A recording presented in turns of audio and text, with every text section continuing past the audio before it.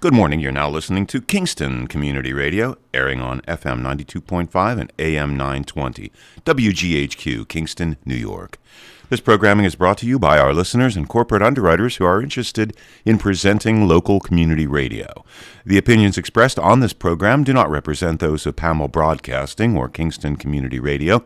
Listeners are encouraged to send in $10 per month to help bring this program to you. Mail your contributions to Kingston Community Radio, Post Office Box 4364, Kingston, New York 12402. For more information or to donate online, visit our website at mykcr.org. And good morning. This is Dan Gatis, cheering you on for a terrific Tuesday today. Thank you for tuning in, being early birds like us, being a part of today's program. Tuesday, August 17th, and at 66 degrees as we start out the day. And we'll be right back after these messages. Thanks for starting your day with Kingston Community Radio on 920 WGHQ AM Kingston and 92.5 W223CR FM Kingston, New York. Magic 92.5. The possibility of lung cancer can be pretty scary, especially if you're one of approximately 8 million current or former smokers at high risk. That's why SaveByTheScan.org wants you to know that now there's a breakthrough low-dose CT scan that can detect lung cancer early, and it only takes 60 seconds. You stop smoking, now start screening.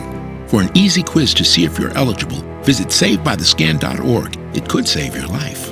SaveByTheScan.org is brought to you by the American Lung Association's Lung Force Initiative and the Ad Council. Hey, so what's a great way to spread awareness that driving high is illegal everywhere? A catchy song, of course. You can run, but you can't drive high. You can run, but you can't drive high. Friendly reminder, don't drive high. If you feel different, you drive different. Brought to you by NHTSA and the Ad Council. Hi, this is Diane Eastwick from Athens, New York, and I support Kingston Community Radio, and so should you.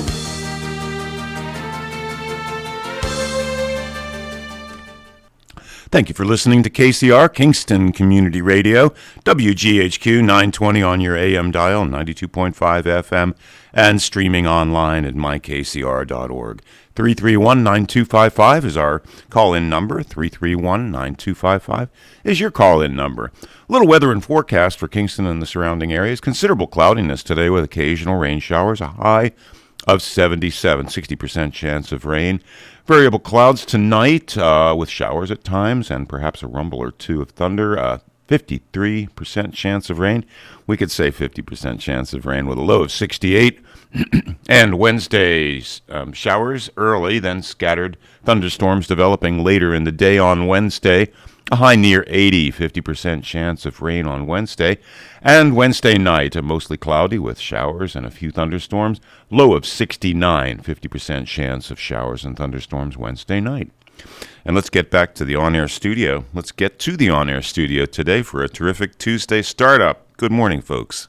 Good morning. Terrific Tuesday. It is a terrific Although Tuesday, about Cameron. to be a wet terrific Tuesday. Yes. But, we do need rain, right? We haven't had Sort much of, of it, actually, right? the grass did finally burn up, so I didn't have to mow much this week, which is always nice. It's hard to believe. You know, when you get all that rain and you say to yourself, there's no way. Enough's enough. Yes, right? And then a week Yep. later, it's burning up. So. Right? And I saw the Colorado River out there and Lake Powell. They're going to Yes. shut down the farmers and stuff in Arizona. Right. Yeah. Not good. Well, you know what? Speaking of Oh, water yeah, and fire. fires, terrible fires. Great segue. What a perfect segue. We have Bill Knowles and Bob Messina with us this morning. And these guys are here with the Volunteer Firemen's Hall and Museum. And good morning. Welcome. Good morning. Good morning. How? Well, one, you guys are here to promote an event you have coming up. And then we talk a little bit about the the history and the building and all that kind of collections and all that. So, Okay. Well, we're here to promote our 17th annual, sort of annual, since we missed the COVID year, fire engine muster and open house. It's going to be Saturday, this coming Saturday, August 21st. It starts at 10 o'clock in the morning, and with the setup, and if anybody's going to be bringing an engine way, they start coming in around 9 o'clock, and the event itself will be basically closing down for the closing pieces of it at 3 o'clock because we have a silent auction. At last count, there were 70, my wife and Tracy Beffium have put together 70 baskets. Oh my goodness, 70 baskets. Yeah, there is, well, today I've got to run around with her and get even more gift cards from the local merchants. They have been amazing. That's great. Fantastic. So are all these baskets there to bid on? Like They're going to bid on, as in a silent, we're not going to have an auctioneer. You just go up, you write down your bid, and then somebody else comes behind you and bids you up, and then, Sure. So at 3 o'clock, it gets stopped.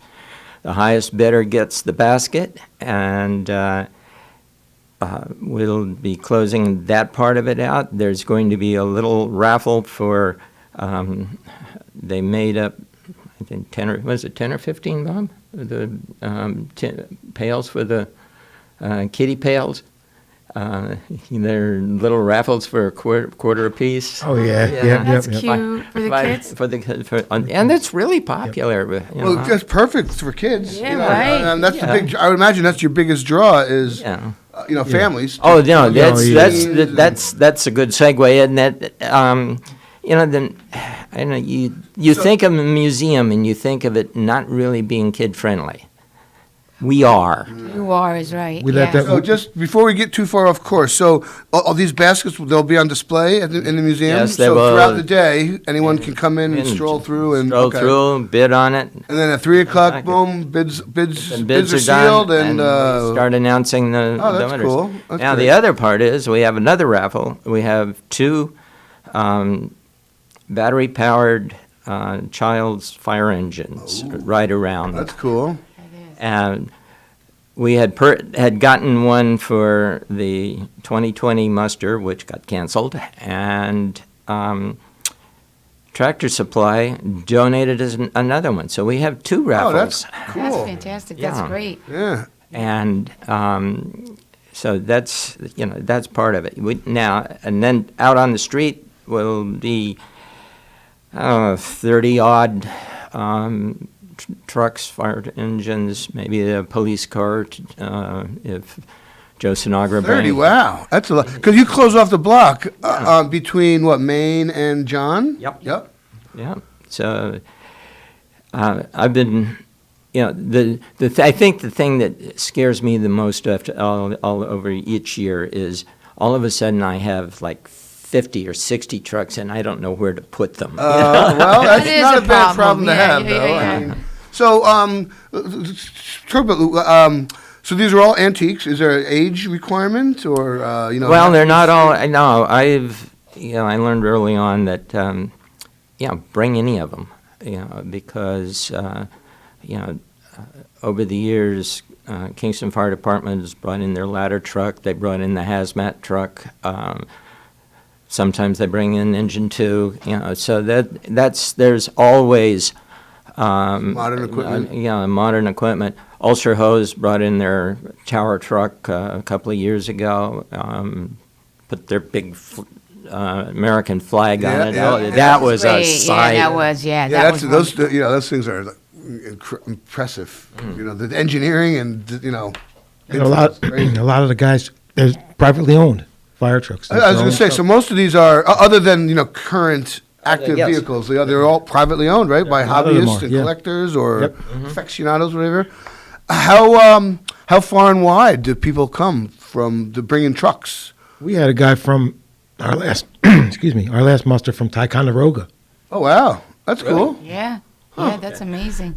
And this is your one and only fundraiser for the year. Yes. And for those of you that have visited the Fireman's Museum, it's such a little hidden gem in Uptown Kingston. And through this fundraiser, you're able to pay your expenses and to keep the museum open. So it's important to support the museum, not only to go visit, but for this fundraiser, because it is your one and only. Oh, absolutely.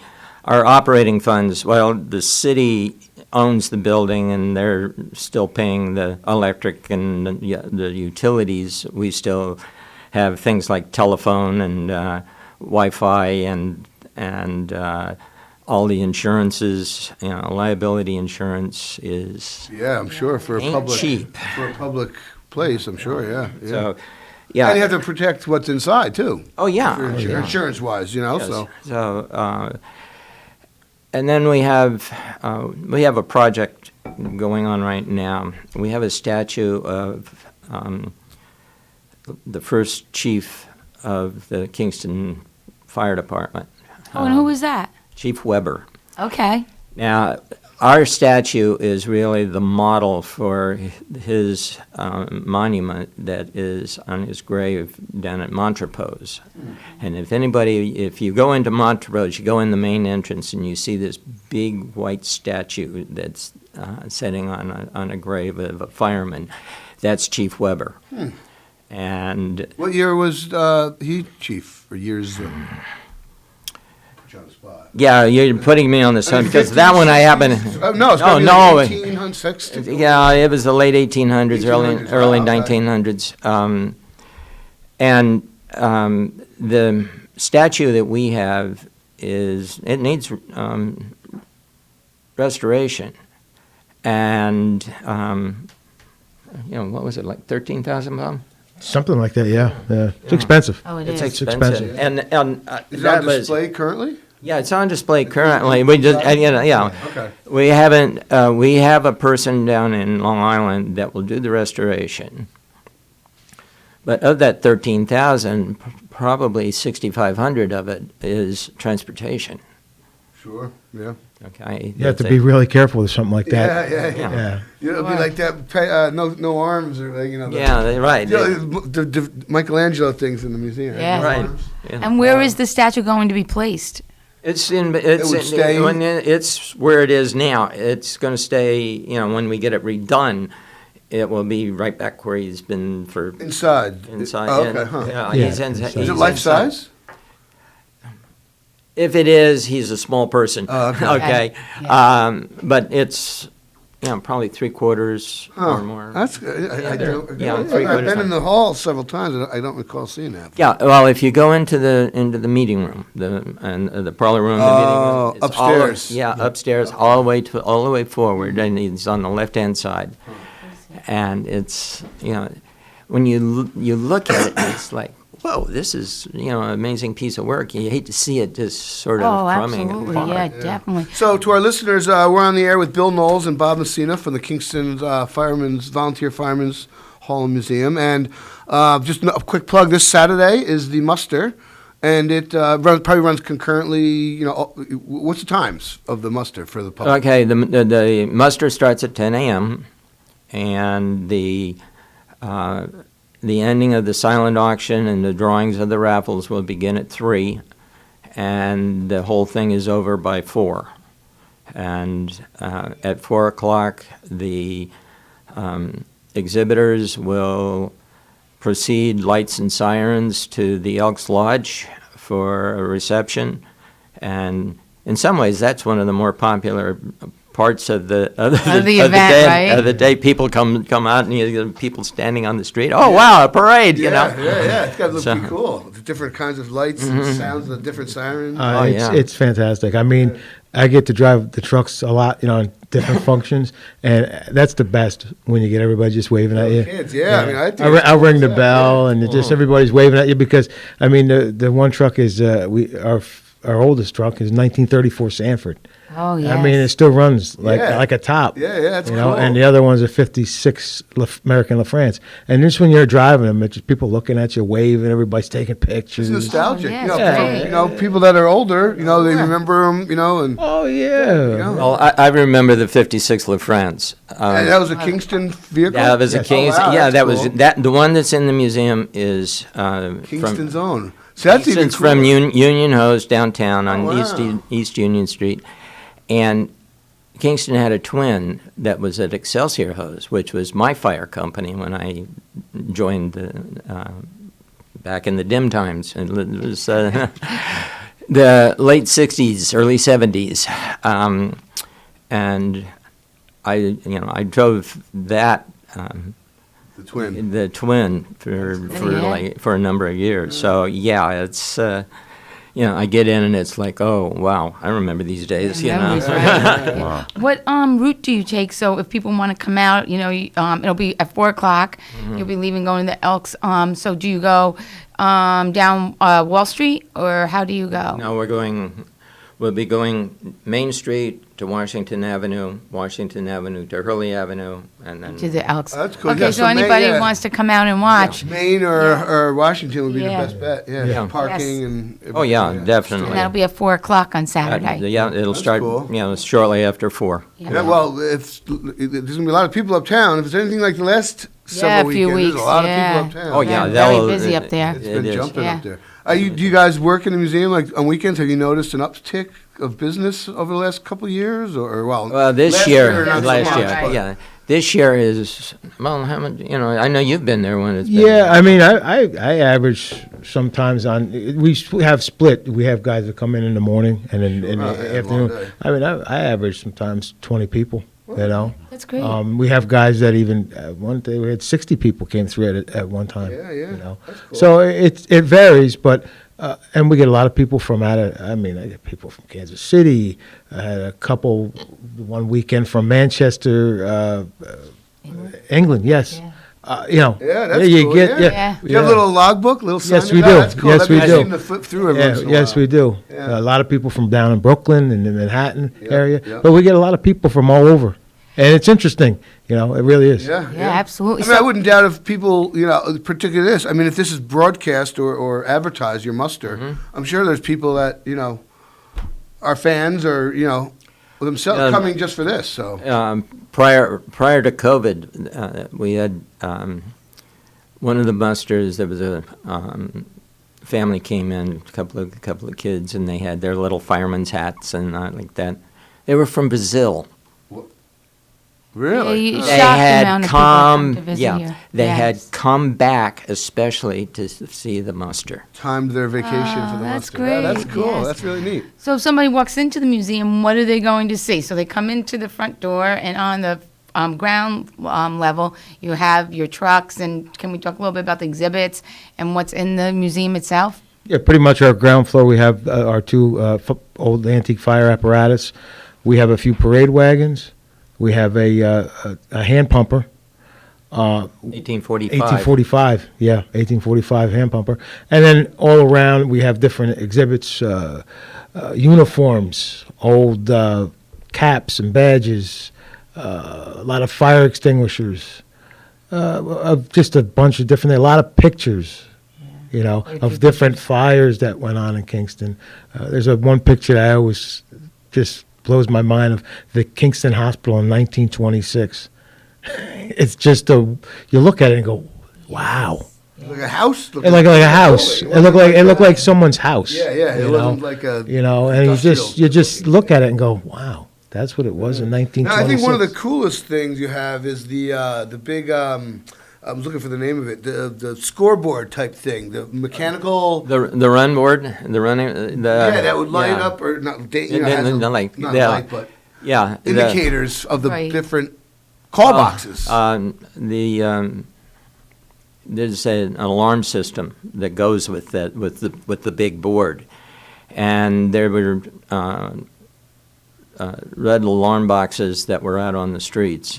Pull stations. Pull are, station, and yeah. that's the modern version, but back then it was. Yeah.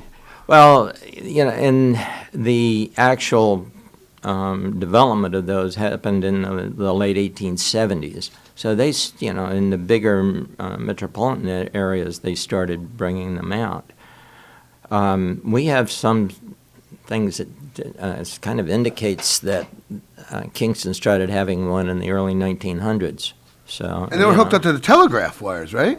Well, it is a telegraph. Wired. Each one, like that, They were all wired, Right, dead run or whatever you say, from each box wired right to the firehouse. That's exactly So it what must it have been was. like spaghetti. Stick it, But myriad- it went to a central station down in the Midtown, and Is that the one that's currently there? yeah, Is it the first? That was the first. that was the central station down there. Went in 1908.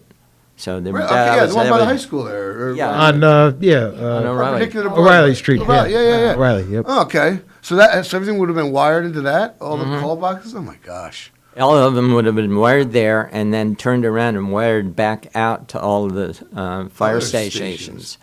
Now, you Man. say you drive around Kingston now, Well, and there's you a lot of electrical fires back there. yeah. A lot of extra Yeah. wires. Let's see, what was the number? Do you remember? I think it's How like many? 25 or 30 fire stations. In this in the city. of Kingston. Oh yeah, you What? Yeah, volunteer yeah. companies. Yeah, they're all I mean, volunteer. you just go down Twaskell down in Yeah. Wilbur or the old Rondout station. Pequawky. Yeah, and then Yes. there's two in Pequawky. You've got Worth courts Street, and right? yeah. Yeah.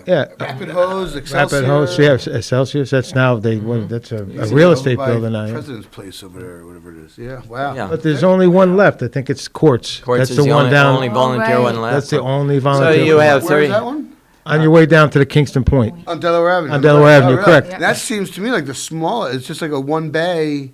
Yeah. They only have a mini pumper. That's it. It's like that's all And I it's have. a modern, not modern, but it's a functioning, Yes. fire piece of apparatus or whatever. Huh. I'm not even quite sure how many members they have left. I don't know. It's not. It's yeah. Not of any. Yeah. Because Wow. Huh. That's yeah, one- that's the when Rapid went. I thought Rapid was going to be the last one to go, and Courts would go first, but it wasn't. Rapid just. Now, went they're over. responsible for all their own bills and all that?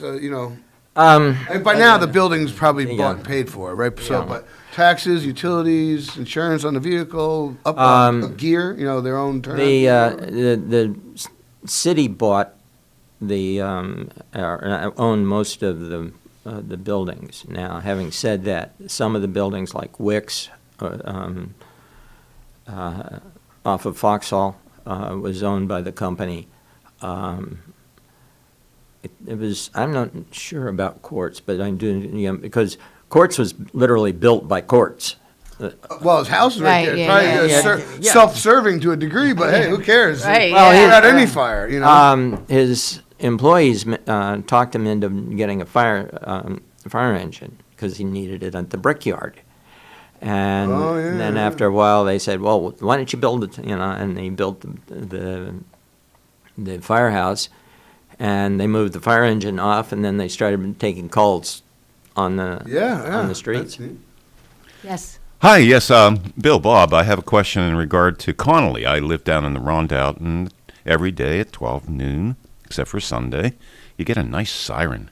But every now and then, it seems to be, if there's a fire, that siren will wail about 4 or 5 times.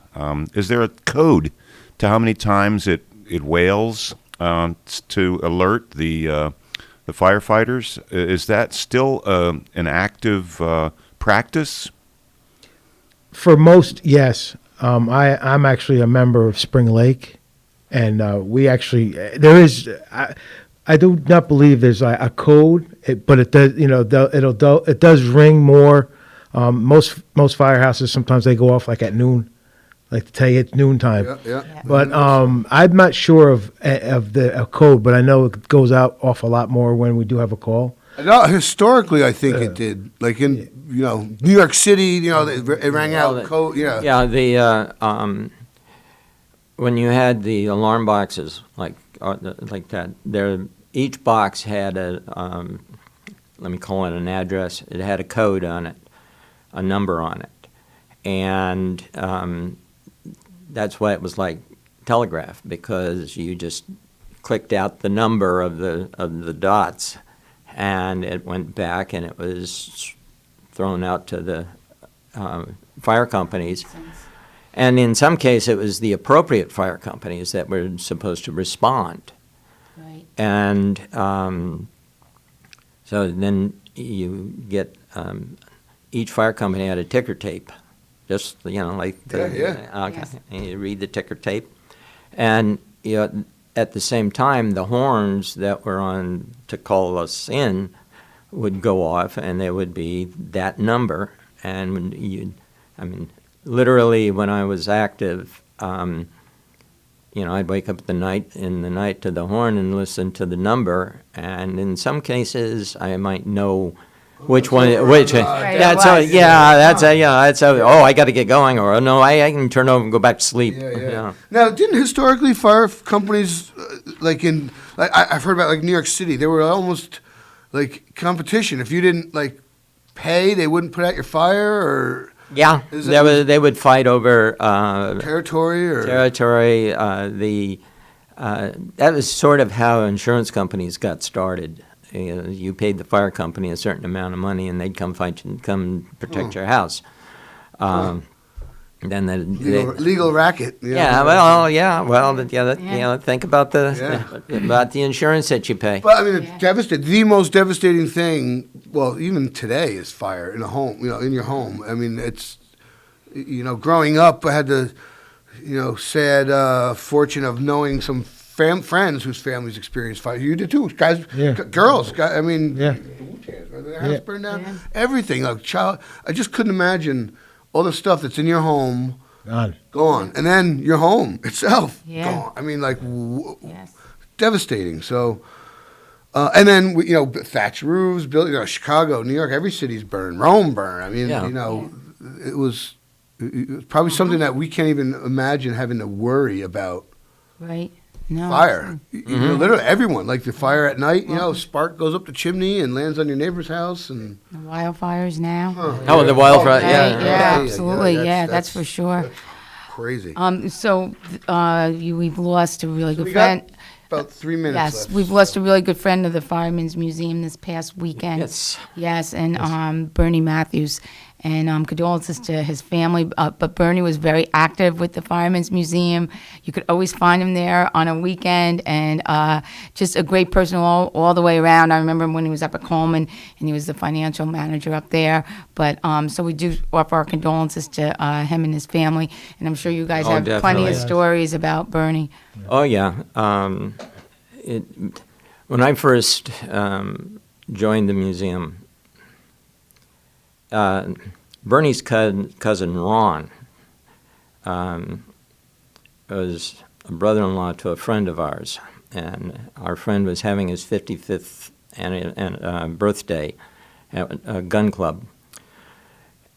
And I sort of knew Ron, but not really, He was at Union, I was at Excelsior, and he comes over to me and says, "I want you to join the museum." I said, "Nah, I'm too busy." And no, come on. You're having a meeting, come on up, talk, and that's been 20-odd years ago. Well, when I first started, I met Bernie, and Bernie hands me this list of information that it was kind of stuff that you can start talking to people about when you're working in the museum. Giving them history of the building. It was built in 1857, and it was, the horses were in the back, and the little door in the back is where they, there's really for the manure to get tossed out into the shed that was behind the building. And, all of the interesting things of the day-to-day life there. And Bernie, seemed to have this unending set of knowledge, and I guess Taylor and Laurie are getting to see some of that when Mark has brought stuff over to be scanned. Yes. Passion. It is. It was a passion. Yes. It was amazing. Preserve history and to perpetuate it, and that's great. Well, thank you for accepting his invitation. Yeah. 27 Right, 29 years ago. Yeah. Serious. I mean, you Yeah. need a standard bearer. Every organization needs a standard bearer, and great. Well, and the thing between Bernie and Ron, it was like, it was their passion, and I guess in some ways they've sort of begat that to us and handed Right, it yeah, down. yeah. The legacy was Well, I mean, handed down. preserved Absolutely. it's built in preserving a wonderful asset to our community. And, Yep. it's just part of our fabric that makes Ulster County awesome is what you guys are doing. So kudos, keep it up. So quickly, we have like a half a minute. Saturday, Yes. 10 to 4, 4. free. Bring your children, bring your families. Come have a hot dog Yeah. and a soda. Bid on a silent auction item. Yes. And support the Fireman's Museum in Uptown Kingston. Watch the parade and buy auction items. That's Buy it, 'em. Put your yes. bids Yes. in. So Come on out and see us. Come out and see us. Bill, Bob, thank you guys very Thank you much. so much. And, Thank you. Good luck. I'll see you guys Saturday. All righty, Fantastic. Yep. Thank you. Fantastic. Thank you very much. Thank you. Thank you, Bill and Bob of the Fireman's Museum, Kingston Fireman's Museum. You're listening to KCR, Kingston Community Radio, with Nina Postupack and Cameron Rylance on this terrific Tuesday. My name is Dan Gatis. It is 7:30 a.m. and it's Tuesday, August 17th. 66 degrees right now here in Uptown Kingston, and we'll be right back after these messages. Thanks for starting your day with Kingston Community Radio on 920 WGHQ AM Kingston and 92.5 W223 CR FM Kingston, New York. Magic 92.5.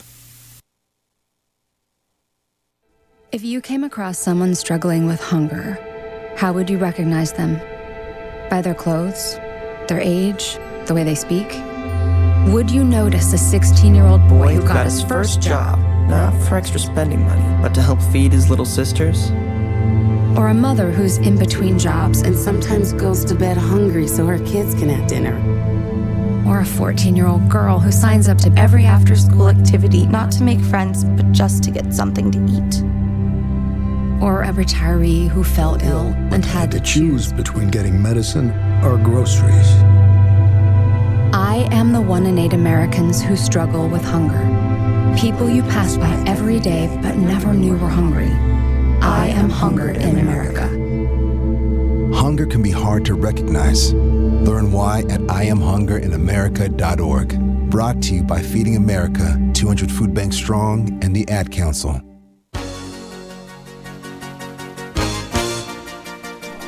Hi, my name is Jackie Levezzo. I'm from Lake Katrine, and I support Kingston Community Radio because it is an invaluable resource to the community and its residents.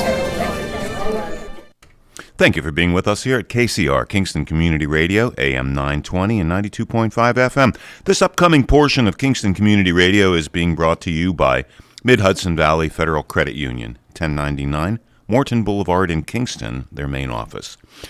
A little bit about the weather and forecast for Kingston and the surrounding areas. 60% chance of rain later on today. Considerable cloudiness with occasional rain showers. High 77. And tonight, variable clouds with showers at times. 50% chance of showers. Maybe a rumble or two of thunder as well, especially this evening, a low of 68. Wednesday, showers early, then scattered thunderstorms developing later in the day. A high near 80. And it's a 50% chance of rain Wednesday during the day. And during the evening, also a 50% chance of rain, mostly cloudy with showers and a few thunderstorms, a low of 69. Now let's get back to the on-air studio with Nina Postupack, Cameron Rylance, and our new guest. Welcome back. Was a Bard, you know that program? Yeah. Hey, good morning. We're back. Terrific Tuesday. We are. It is a terrific Tuesday. You know why it's a terrific Tuesday? Because we have the mayor of Kingston here. That's why it's a terrific good Tuesday. Segue. I wish I had that every day, Nina. So welcome. Good morning. We were just chatting off air about summer camp. Like you just said, Kingston rec programs have pretty much wound down, and yeah, no, it was a very hot summer for our kids. But you know, they did wet the best. in the middle, Yes. hot on either end, and wet in the middle. So. But everybody had a great summer. It was good to be able to have summer camp back again, and I know our Yes. parks were busy and loud and fun, and everyone And looking good. Blast. Yeah, Yeah, well, I got to admit, the parks, your departments are doing a nice job. yeah, they are. They And you had the pool for yeah, the kids, so the pool's kids were able to go to open the and- pool and. Yeah, so we're happy that'll be open for a couple more weeks. The pool and beach, we try to get through almost Labor Day. It's Well, hard. Labor Day's late this year. It's like an extra week of summer almost. Yeah, and so I don't know if we'll went to make it all the college way students. with. We do lose a lot of college students who are lifeguards. lifeguards, yeah. Yeah. And this summer was hard to get lifeguards in general. Oh, yeah. But Hard to get you know, anything. we're gonna keep we'll keep everybody updated. Yeah. And then you've faced a little bit of a dilemma with the Kingston Point Beach because of the water quality, right? The Yeah. Department of Health tests, thank God they do. But it makes it difficult for people because there's such a small window of opportunity to go down to the beach. But it's for their safety and welfare. Yeah, so. it's not a perfect system.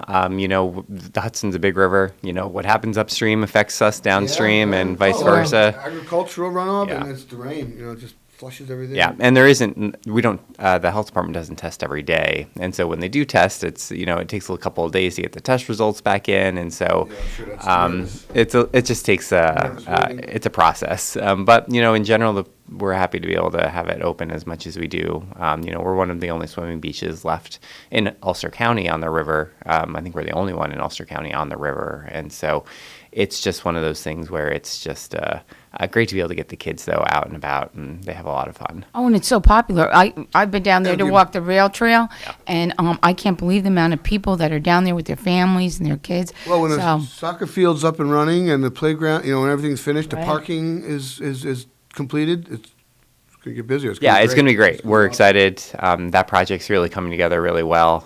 You can start to now see where the parking lot's going to go and where the soccer field's going to go and the playground. So it's going to be an exciting fall. By the time we get the grass in, we won't be playing on it until next spring. But at least the parking will be available for the winter months, which is good. Yeah, which is great. Yeah, absolutely. So how is the Broadway corridor coming? I know the roundabout, because I travel every day, is almost done. That's awesome. Yeah, that came out fantastic. It really did, yeah. The roundabout, the last few things that they have to do are the plantings. And Yeah, so the which plantings is will go gonna in. look great. Even just the bluestone structures. Yeah, are the great. sidewalk, the the sidewalks wall look and the- nice. Yeah, I love it. But we've already talked about it. Yeah, but the Broadway project is also coming to completion. We expect to have Broadway paved, on or about Labor Day, right around that time frame. And so they're getting the finishing touches now to be able to start. There's going to be a couple of phases of paving. The section where the sewer was, where it's a kind of an obstacle course right now. That's going to be brought up, and then everything will get paved on top of that. So we're excited to see that happening.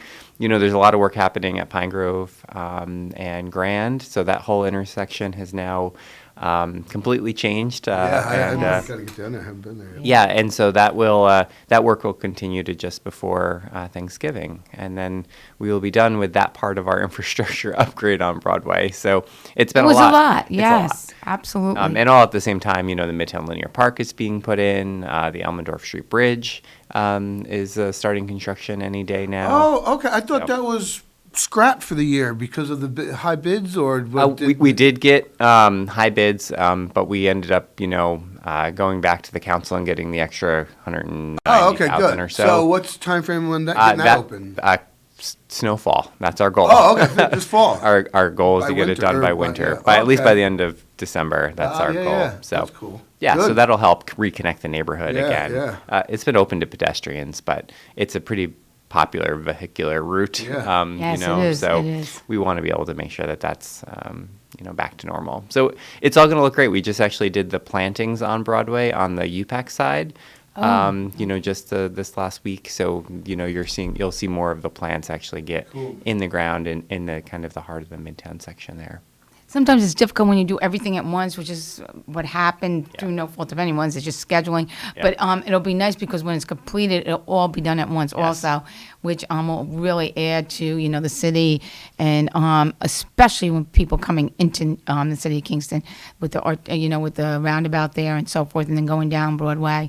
So it's great. Yeah, it really worked out well. I mean, I know for everyone it's been really challenging to have it all happening at once, Right. but we tried to not take the path of this year we're going to do this, the next year we're going to do that, and the year after that we're going to do, because if not, it'll feel like endless construction. Yeah. Here we've been able to do 18 months to 2 years of all of the construction, and half of the construction was done during COVID when a lot of our businesses were closed and schools were closed, and there wasn't as much traffic, so we got a lot done last year. That was definitely helpful. I'm sure. Yes, it really helped reduce the amount of impacts, but this year has been tough on especially our midtown businesses because it's really been a major construction site. But UPAC's reopening. Everybody's kind of getting back into the swing of things. Knock on wood. Might be all masked up again. All masks soon. Yes. Hopefully everything will remain open. Yes. Yeah. So everybody support your midtown businesses once the construction has been completed. Go to the restaurants there, shop at the stores, and because they really have, and that's very true with the mayor. Bikes on Broadway. Yeah, and really support those businesses. So we're here on the air with Mayor Noble, and it's a call-in show, 331-9255. So if you have a question for the mayor, please call in. So what else is happening, Mayor? Washington Avenue, thank you for getting Washington Avenue done. That was a terrible stretch of road. Yeah, and that one... by Ulster Savings, that was like... Yes, and that was actually a request that we made to DOT because that's actually their highway, and so DOT actually paved that. Oh, really? So why is it their road? We've got a bunch of those. Albany Avenue, for all of those listeners out there that believe Albany Avenue is in terrible condition, that is also a state highway. Really? And so we have... What's it designated as? New York State Route 91 or yeah, whatever? and I think Washington Avenue is 28. Really? Right through the traffic circle there. Two, you get to Schwenk Drive, and then it becomes our... So that's still road. Route 28, technically. I think that's where it ends. Huh. DOT. So, yeah, and so I think even with Albany Avenue, it needs to be paved. But there are some sewer lateral issues and sewer issues on Albany Avenue, so that's going to be one of our, kind of investigations. Well, how old are those pipes? 100 years old? I mean, so that's terrible. Going to be a focus of ours going forward, so that we can fix the sewers and the state can pave it, and we kind of get back to normal on Albany Ave too. So yeah, it's really... paving has been really busy. This summer we've gotten a lot done, even locally. But I do think that as we trying to just fix our infrastructure one step at a time. But other issues that we're working on are. I went to the finance committee last week to ask for 3 additional police officers to be added to the city budget. We received unanimous support that night. It'll go to the full council in a couple of weeks. But we have so many community policing initiatives that we want to have our officers participate in. We want to be able to get officers walking the beat, getting to do that kind of. Will these 3 officers? Will the Kingston Force be at capacity, or are we still? Yeah, so we have 71 in the budget. We continually have lots of people retiring and leaving for other injuries, and so we've been trying to keep up. But this is actually going to add it from 71 up to 74. Okay. So this will be above and beyond the current budget, which will add us just a little bit more capacity to kind of do the policing. Now, you just said the community policing. I know we're still rolling out these changes that the Police Oversight Commission had ordained. Is that going well? Are you getting pushback? Yeah, one of the support. How was that rollout? Sure. One of the things that we needed to do was to create a plan on how we were going to make improvements, especially to support kind of mental health services, to be able to support creating more interaction, more community policing, higher morale in the police department. And so we're doing, we hired Peaceful Guardians, who we've worked with before, to help us create a 1-year and a 5-year plan so that we can basically have, okay, well, what do we want to do next year? What are the things that we can really kind of wrap our heads around? Like, for instance, for me, I'm really interested in making sure that we have a better, relationship with mobile mental health, to be able to have them more available to us in Kingston when we need them, because right now they serve all of Ulster County. So I'd love to have someone designated in Kingston. Yeah. So we're going to look at our budget. On call. I mean, Right. Were you on this radio last week? I was on with Hugh Reynolds. Yeah, that's what this had come up about the mobile. Yes. Having someone 24/7, like interconnected with 911 or something like that, and it makes. It starts to fill the gap of the beds that they took out of Kingston, from our hospital, and that's awesome. Now the Peaceful Guardian plan are all the interested parties in the review and the upgrading of our police force. Are they happy with the Peaceful Guardians plan so far, or Yeah, so because there's Rise Up Kingston, No One Leaves Midtown. There's mental health people, there's criminal people, there's civil rights people. Are people on board with the plan so far? So we're just getting started. Okay. And so there are going to be stakeholder meetings, public surveys, those kinds of opportunities. And I think we're really focused on there was a lot in that plan. Because creating a unified front is the only way it's going to be, because there's a dissenting element. Yeah. And I don't know if we'll happy with aspects. Yeah, I don't know if we'll ever get there, Cameron. Well, at least you're being very optimistic this Tuesday morning. We're gonna but work yes, maybe not 100% unified, Yes. but 85% unified. Maybe. But yeah, I think we're really focused on trying to work on what are the ways for us to be able to build that community trust. I think that's the most important. That's the thing we heard time and time again, is how can we have that positive relationship between our officers and the public in every neighborhood and every part of the city, and to be able to create what programs do we need to do that.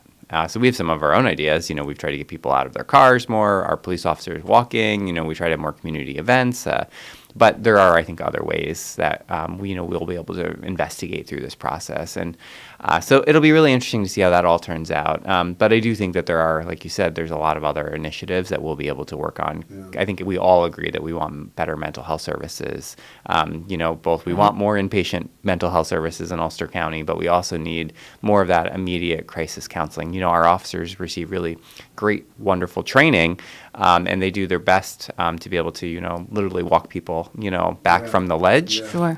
But to be able to have a partner that is able to respond more quickly, and focus on Kingston, we think will go a long way. A couple weeks ago, I heard about, the Kingston officer, there's someone on Delaware Avenue threatening their safety on the bridge, overpass. Yep. And, that officer did a wonderful job getting that person. Kudos.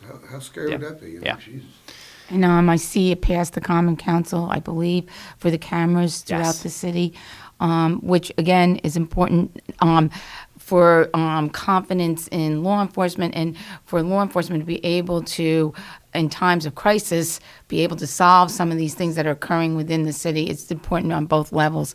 So that's a good thing. And I know there'll be cameras coming into the city and going out of the city, and they can be moved in areas. Am I correct in that? And so the goal with these is that, we'll have some that are kind of the main entries and exits, but most of the cameras are going to be in the kind of hotspot areas. Sure. So we actually have, kind of a great working relationship with, New York State's kind of data analysis center in Orange County for crime. And so they're able to help us pinpoint through all of our police calls, where do we have the highest activity, and we're able to then put these cameras at those locations. And then as those hot spots move, we can move the cameras. Yeah, and I mean, let's be honest, too. I mean, most crime is recidivism. There's the majority of crime is committed by a very small number of people, and people know who they are and the addresses and where they live, and it's not rocket science to figure out those things. You put two and two together sometimes, and it's going to create a more fluid too. Yes, I mean, once you get like one neighborhood, it happens in Kingston, it happens everywhere. Once one neighborhood gets policed up and more, cleaned up. I don't want to whatever.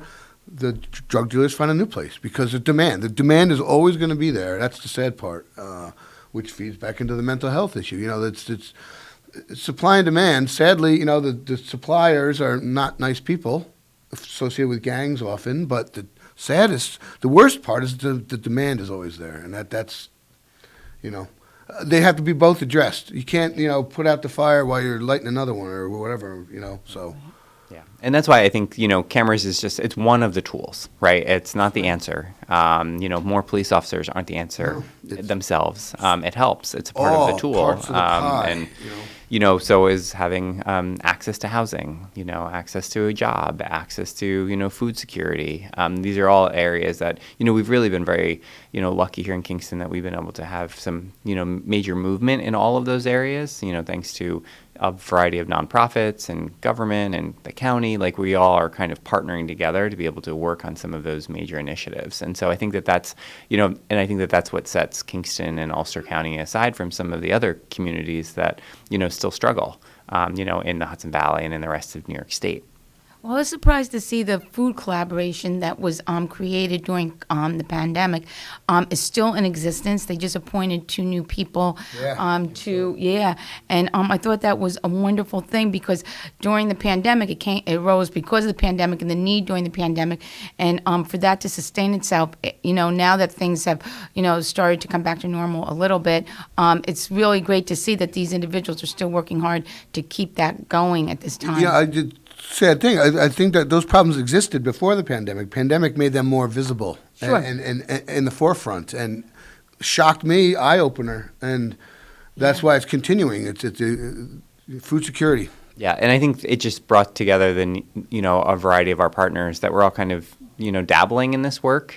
Some more than others. Like People's Place obviously has been the huge backbone of helping to our food insecurity issues in the city and the county, but to recognize the need for people that weren't able to get to People's Place. I think the Emergency Food Collaborative has been able to get food out to those individuals directly through delivery, and I think we saw that was a huge need during the pandemic, but it, like you said, it still exists now. Yeah, and it's not a city thing. It's a rural, it's all aspects, and that makes things even a little more challenging, so spread out. So. How about the census numbers? Oh, man, we grew by 176 people. Yeah. So go Kingston. Well, that's shockingly stable to me. Yeah. I mean, the census is what the census is, right? And, I mean, it's a one-time count. It's a snapshot. And we, it wasn't a good year to do the census. I mean, everyone was on lockdown. There was the first time that we did an all-digital census. There were very few funds put into actually counting people. And so, it could be in the end one of the most undercounted censuses. But at the same time, it is what it is. And we all have to now abide by the numbers, and we have to go with it.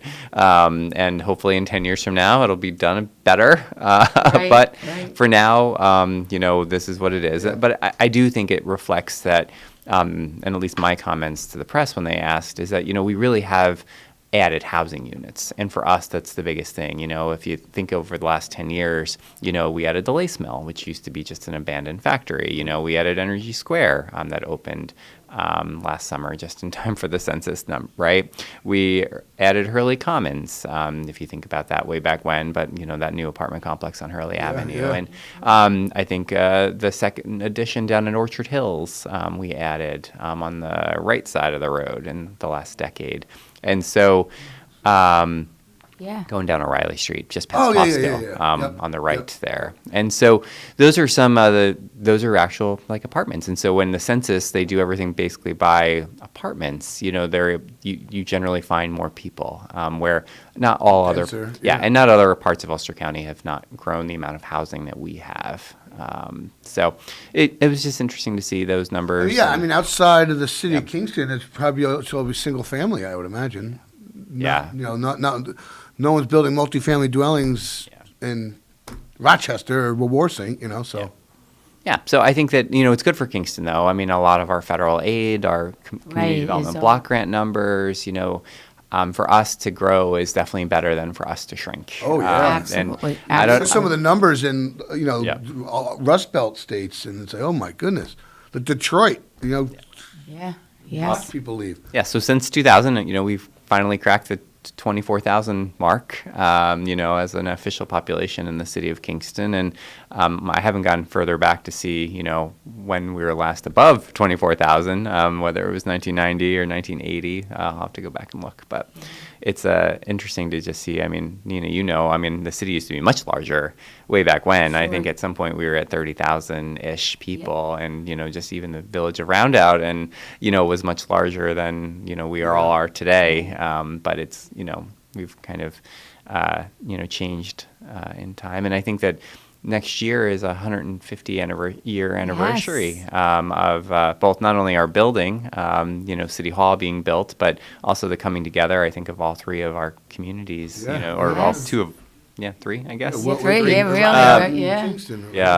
kind of coming together. So that's, we'll have, I think, we're working on a big celebration, right? Yes. So it's going to be nice. So stay tuned to this station to hear years upcoming ago, events. I had heard about, and you're talking about housing, the City Hall, or the police station, court downtown on Garrigan Yes. Drive. Across from that, there's a big field there, essentially. There was plans for like phase 2 or whatever of those condos. Was anything ever going to happen with that? And then the building along, across from Old Savannah. There was a sign there. Is anything moving with... Yeah, so starting downtown across from Old Savannah, that property was purchased, in the last Years year. ago. Well- so there was all of those plans and designs drawn, and then the property was sold. And so the sign's still up, but I don't know whether the new owners plan to move forward with that design or not, or anything at this point. These are the same folks who also bought recently Dutch Village, which is now Stony Run. Oh, not Dutch Village, I'm sorry. Stony Run. Run. Stony Run. Kingston Village, I think it's called now. A lot of villages.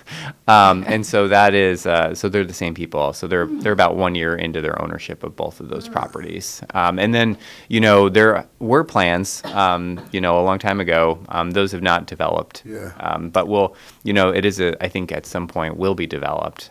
It is a nice piece of, kind of like, a little missing tooth on the roundout, because it really... if you get a couple hundred more people living downtown, that would just be the bump you need, for the coffee shop, for the pizza joint, those 20 extra people a day is enough to, at the end of the month, make you successful. And there's really opportunity for parking back in there too, if there's a, public-private partnership to be able to get, some additional parking.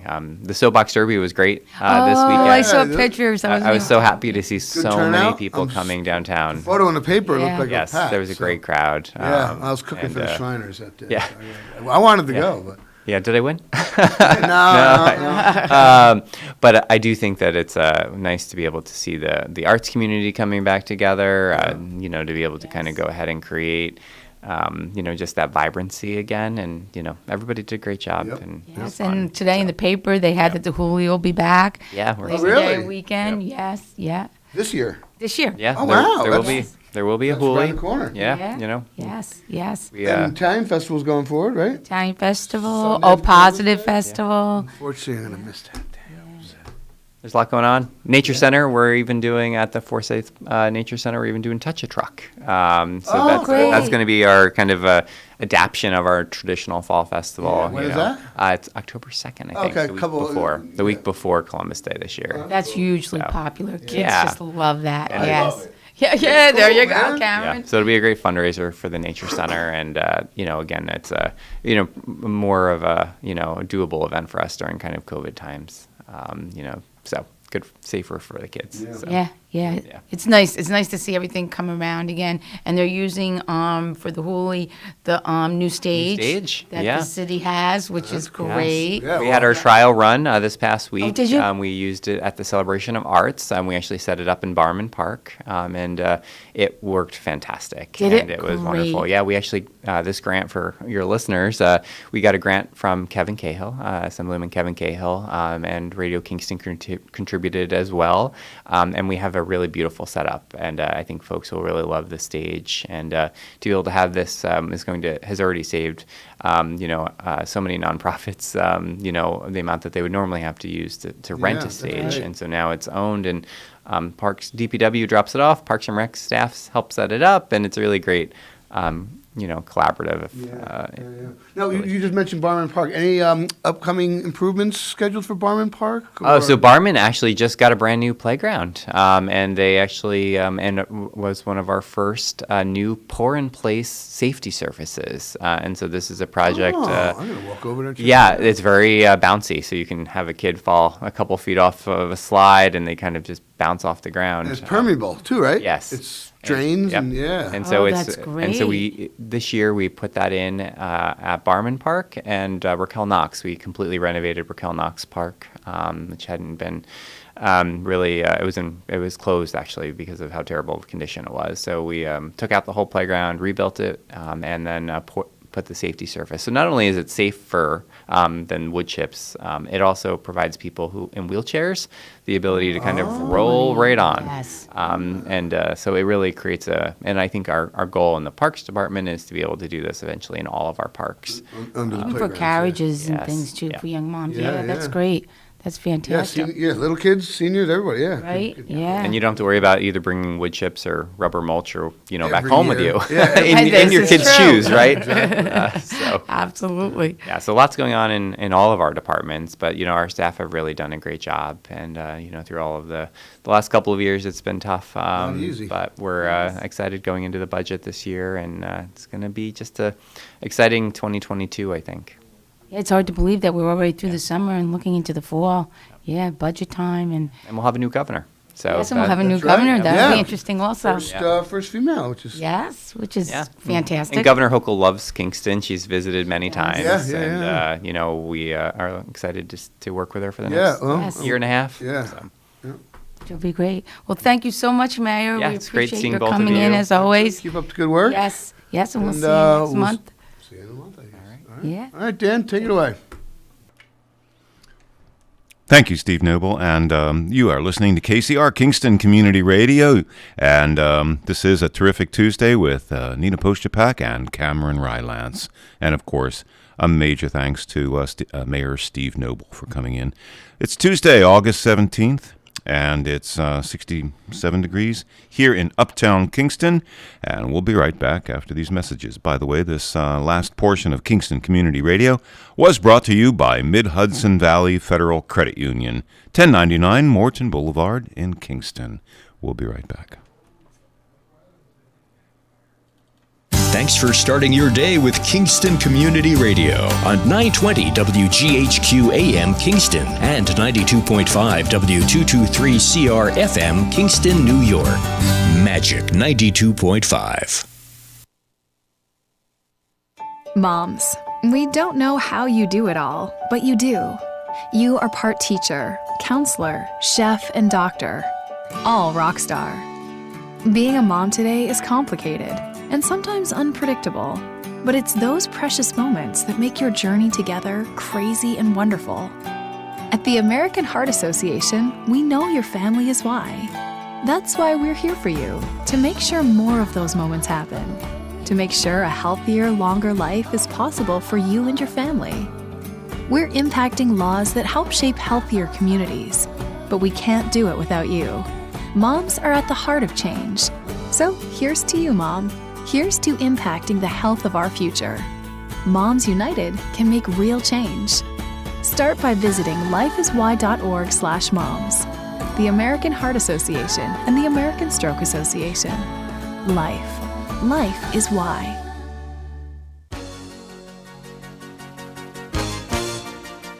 Hi, this is Jim Quigley, Supervisor of the Town of Ulster, and I support Kingston Community Radio, and so should you.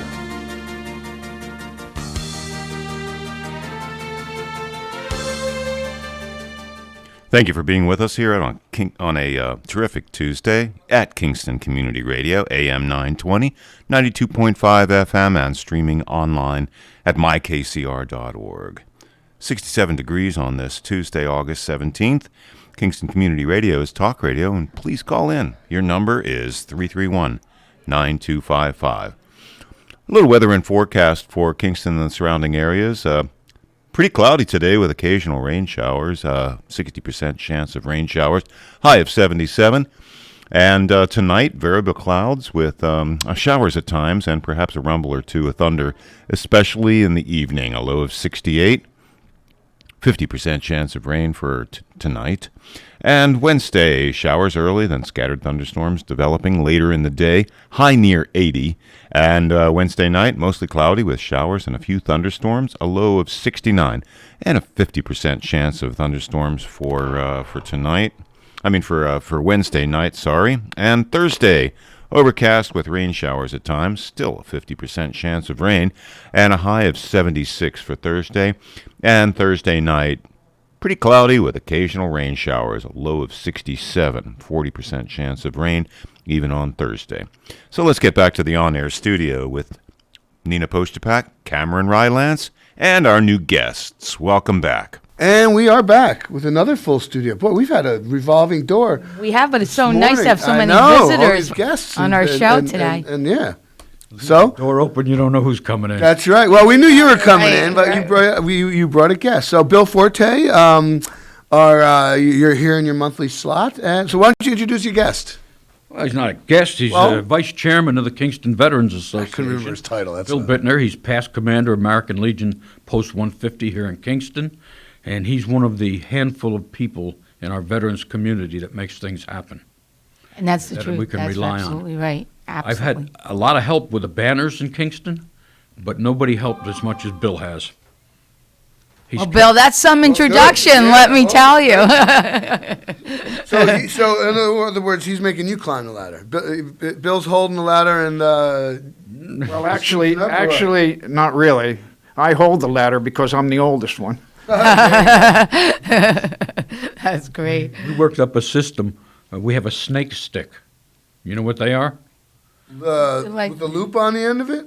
No, well, you know the things they use to give elderly people or short people to reach things on height? It's similar, only it's a bit longer, it's made of metal, and it's got that jaw on it. Okay.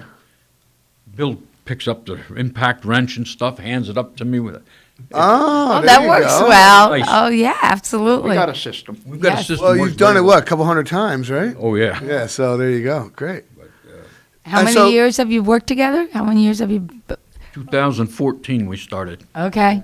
All right. So as vice chair, that's when I was commander, and I was there every time we put a flag up. I was at the job. That's fantastic. That's wonderful. Now you're doing the second wave of flags? Third wave of flags. That's amazing. I sent the first order for 62 banners in. I'm about ready to send another one into this week. It'll probably be another 40 to 50. They're good. They're going quick. And, good. Is it the same people reordering, or is it a lot of new folks? A lot of them are, but there are people that have been trying to do it and didn't know in the past that we had the program going on that are finally getting a chance. Okay, that's cool. So there's a lot of new ones. Some new people are going to be able to get involved. Good. I'd cautiously say it's about 50-50 new and old ones being redone. That's nice. That's great. Which is important because last time you actually ran out of space, right? Oh, yeah. Yeah. The first two times we ran out of space. Yeah. And this time it's going a little slower in the past, but I imagine by the end of this month we'll be sold out. Great. That's fantastic. And we're talking off there about the Tomb of the Unknown Soldier. Let's talk a little bit about that event. I heard you were saying it was a huge success and it went very well. Outstanding. Yeah. I was very pleased to see a lot of younger people there. I was pleased to see a lot of people, parents bring children there to learn about it because I hate to say this, but I was stationed at Fort Belvoir in Virginia, 10 miles from there. I've been in Washington so many times and I've never been to Arlington. I've never seen the actual tomb. Now it's a goal to get that done. Yeah, yeah. But what I learned at this display that they put on was a lot. They had an outstanding video, and as each group of people or even a single person would come in, one of the escorts would go up to them, take them around, and explain everything. Oh, that's nice. It wasn't like you were left to wander cluelessly. Oh, yes. And that was the best part of it. Absolutely. They would answer whatever questions you had. That's neat. Yeah, which was great. And you did a very good job of getting the word out because sometimes events like this, people don't know about it or it's after the fact and they say, gee, if we knew, we would have been there. And I thought you did a fantastic job. And you have a great network. And I know Mark has also done a great job, our Director of Veterans Affairs, in email lists and email blasts. And so you have a fantastic, fantastic network of getting the information out. Speaking of Mark, yes, one of his big things that he's doing right now is Ulster County Salutes Our Heroes, a tribute for those not forgotten. This is an event. Yes. It'll be on the 20th anniversary to remember and honor the survivors and first responders and to also pay tribute to those who lost their lives that tragic day, 9/11. It'll be at the Ulster County Fairgrounds, Libertyville Road, New Paltz, Saturday, September 11th, and it begins at 4 o'clock and goes till 9. And it's open to the public. There'll be music, food. There'll be some honored speakers to commemorate the people that are being honored. And admission is free. Donations will be accepted. And if anybody has information, they can contact Mark. He's a director of Ulster County Veterans Services. And this is something very near and dear to him, and Yes. he's worked very hard on Working it. very hard on it. You Yes. need a phone number? Yes. 845-339-3190. And that's Veteran Services, who I work for them now. Excellent, good. Actually, announced Saturday at our annual Oaks Thing, Mark was named the Citizen of the Year by Kingston Oaks Lodge 550. Mark's a great guy. Yes, he is. Yes. But we need to take time out for a second. We neglected to do our birthdays before. Oh, we got so excited. So, that yeah, I know, Bill I know. and Bill so were here. Okay. Why don't you here? You can do. We got 2 birthdays today. So for the Boyce Brothers Dairy Milk House Cow Pie giveaway for today, Tuesday, August 17th. Nina, why don't you go? Okay, so I'm going to wish a happy 20th birthday to Alex Pierce Hurling from your friends and family, Mom, Dad, Grandma Strang, and Grandpa Hurling. And I want to wish a very happy 23rd birthday, youngsters today, to Sean Ogden. And happy birthday from your mom, sister, and your Grandma Paula. So let's figure out who's our winner today. And there we go. Happy birthday, congratulations rather, to Sean Ogden. You won today's cow pie giveaway. Congratulations, Sean. And I have to say a special happy birthday to my nephew, Anthony, who will be 29 on Thursday. So happy birthday, Anthony. Happy birthday. Yes. So send in your birthday announcements and be in for the running or be eligible for a free cow pie on your birthday. Those cow pies are delicious. Oh, they are. So good, Had a couple right? of them. Yeah, there you go. Well, send us your birthday, and maybe you'll win. You too, Bill. So thank you, Boyce Brothers Dairy. Send them in, mail them on in. Telegraph, rock, smoke signal, just get them in.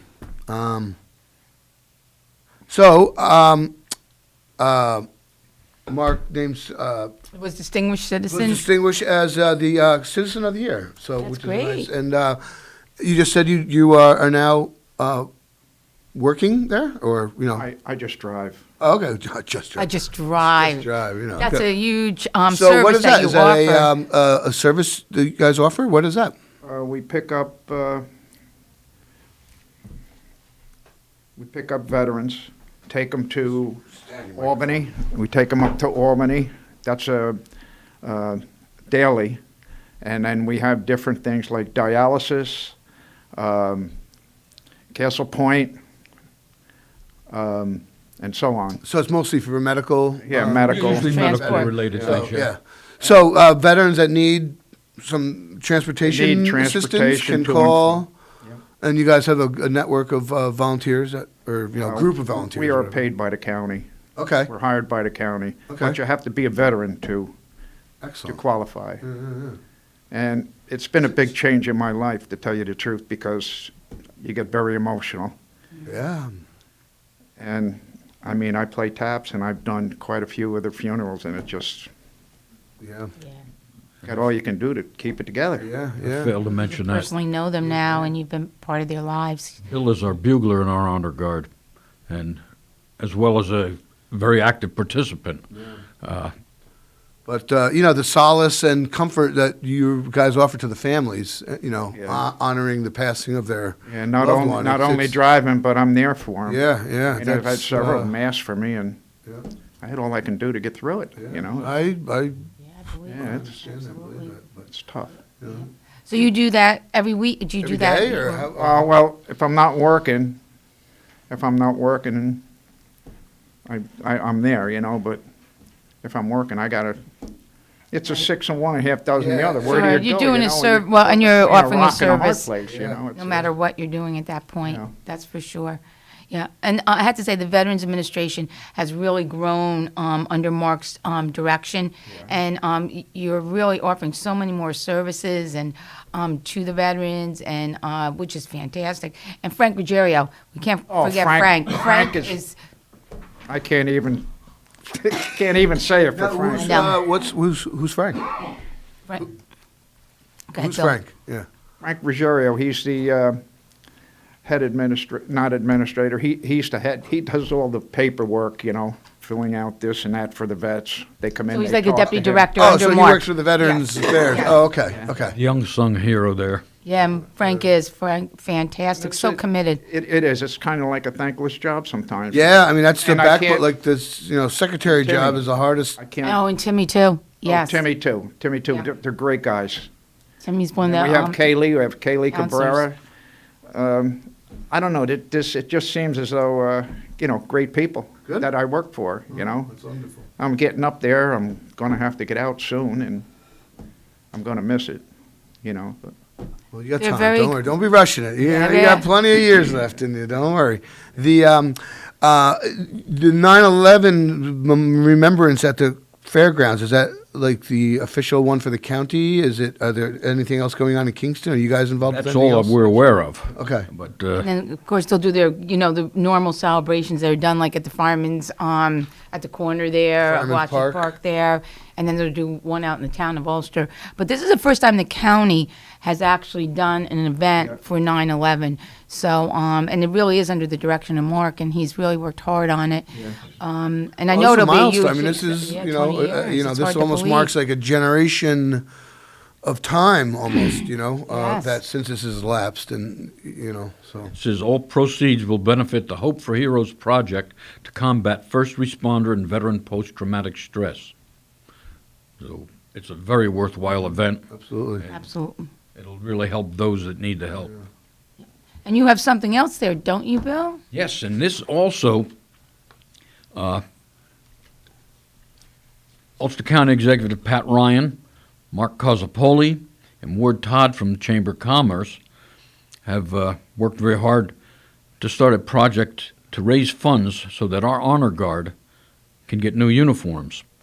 We've been using the same uniforms for over 10 years, and as they wear out, we're not able to get replacement parts because the Army, who supplies these uniforms, that's where we purchase them, has changed the uniform. So we have to go to the new one. The new uniform is very, very similar to what was worn during World War II. It's a dress uniform with a belt around the center and all. And the uniforms to outfit one person is $750. That's expensive. Yeah. And you got, I mean, you're honor guard at Flag Day. There's a dozen guys there, so that's There's 20 active members. a lot of money. Yeah. Is Ward a vet? Pardon? Ward Todd a veteran? Do you know? Oh, he's a Yes, he veteran, is. yes. Yeah, wow. Huh. And right now he's putting it out on his show, his programs. We're looking for donations. We were not able to hold any fundraisers last year Yeah. due to COVID. So is We're there tapped fund-wise. Is there a particular event that you're going to do for fundraising, or is it? He's looking for sponsors. As he put here, VFW Honor Guard proudly volunteers to conduct graveside honors for over 100 veterans each year, in addition to numerous presentations at local schools, civic organizations, and senior centers. Yeah, they request speakers all the time. Bill and I have gone into elementary schools a number of times. And when we're asked to go in there, if anybody's interested, we don't go in there trying to recruit people for the military. That's the last thing we want to do. In fact, couldn't be happier if we didn't need the military. Didn't need it, yes, it's a fact of life. Exactly, that's what every soldier But says. we do go in there and we try to point out the contributions that different groups of individuals have made. I always try to point out, and I've mentioned this here before, more Mexican Americans have received the Medal of Honor than any other group. One of the most feared groups in Europe during World War II was the Tuskegee Airmen, black airmen. Yeah. And then there was the 442nd Division, Japanese Americans, highly decorated in Europe. So we are a melting pot. We have our problems and we realize this, but we never give up trying to correct them. And as long as we try to correct them and move forward, we'll be as great a nation as ever. Yeah. And this is the message we try to put out when we speak. The uniforms are worn, like as it said there, about 100 times a year at funerals. We do funerals all over Ulster County, primarily in Kingston, Saugerties, New Paltz area, but we've traveled much further. Sure. Well, it's just because that's where the If we can provide the service, we're there. And that, 100 a year, that's two, That's yes. a lot, couple a week. That's Then, as I said, school presentations, Veterans Day, Memorial Day. We participate in the Saugerties Parade, Day, Kingston parades, Parade. There's a lot of things we do. And we're all volunteers. Yeah. So is there a time frame on this fundraiser, or how can we help spread the word What about Ward this? hopes to do is at a gathering in October, Chamber gathering? chamber gathering, he would ask those that have made donations for the uniforms to gather. We're going to have, some of us will be there in the uniforms, hopefully by then. Yeah. And So you can donate on the general level, which is $1,000, or the captain level, which is $500. It's a tax-deductible donation, and you make your checks out to the Kingston Veterans Association. And, of course, attention Bill Forte, Chairman, 249 Linderman Avenue, Kingston, New York, 12401. Or you can email, right, Bill, if anybody has any questions? Yes. And his email is woogman2001@yahoo.com. So, and I'm sure you'll take donations at different levels also. People, Yes. But that's just to maintain some kind of, Basis or- yeah, right, yeah. So that's great. And like you said, the Chamber of Commerce will have a event, and it'll be conducted by County Exec Pat Ryan. So that's fantastic. That's great. So you guys are always busy, always working hard, I have to say. And it's nice to see the collaboration with the Veterans Agency in Ulster County, as well as the other organizations, because working together, you can accomplish so much more, and it makes such a huge impact. members of our honor guard are also, they come from Kingston VFW, the American Legion, Disabled Vets, the Marine Corps League. Who am I missing, Bill? Well, it's 4 or 5 agencies Yeah, right there, absolutely. organizations right there. Disabled American Veterans, they say. Yes, yes. And we all gather to do this one thing that clearly is the most important thing we as veterans do, is to honor a service member as they're laid to rest.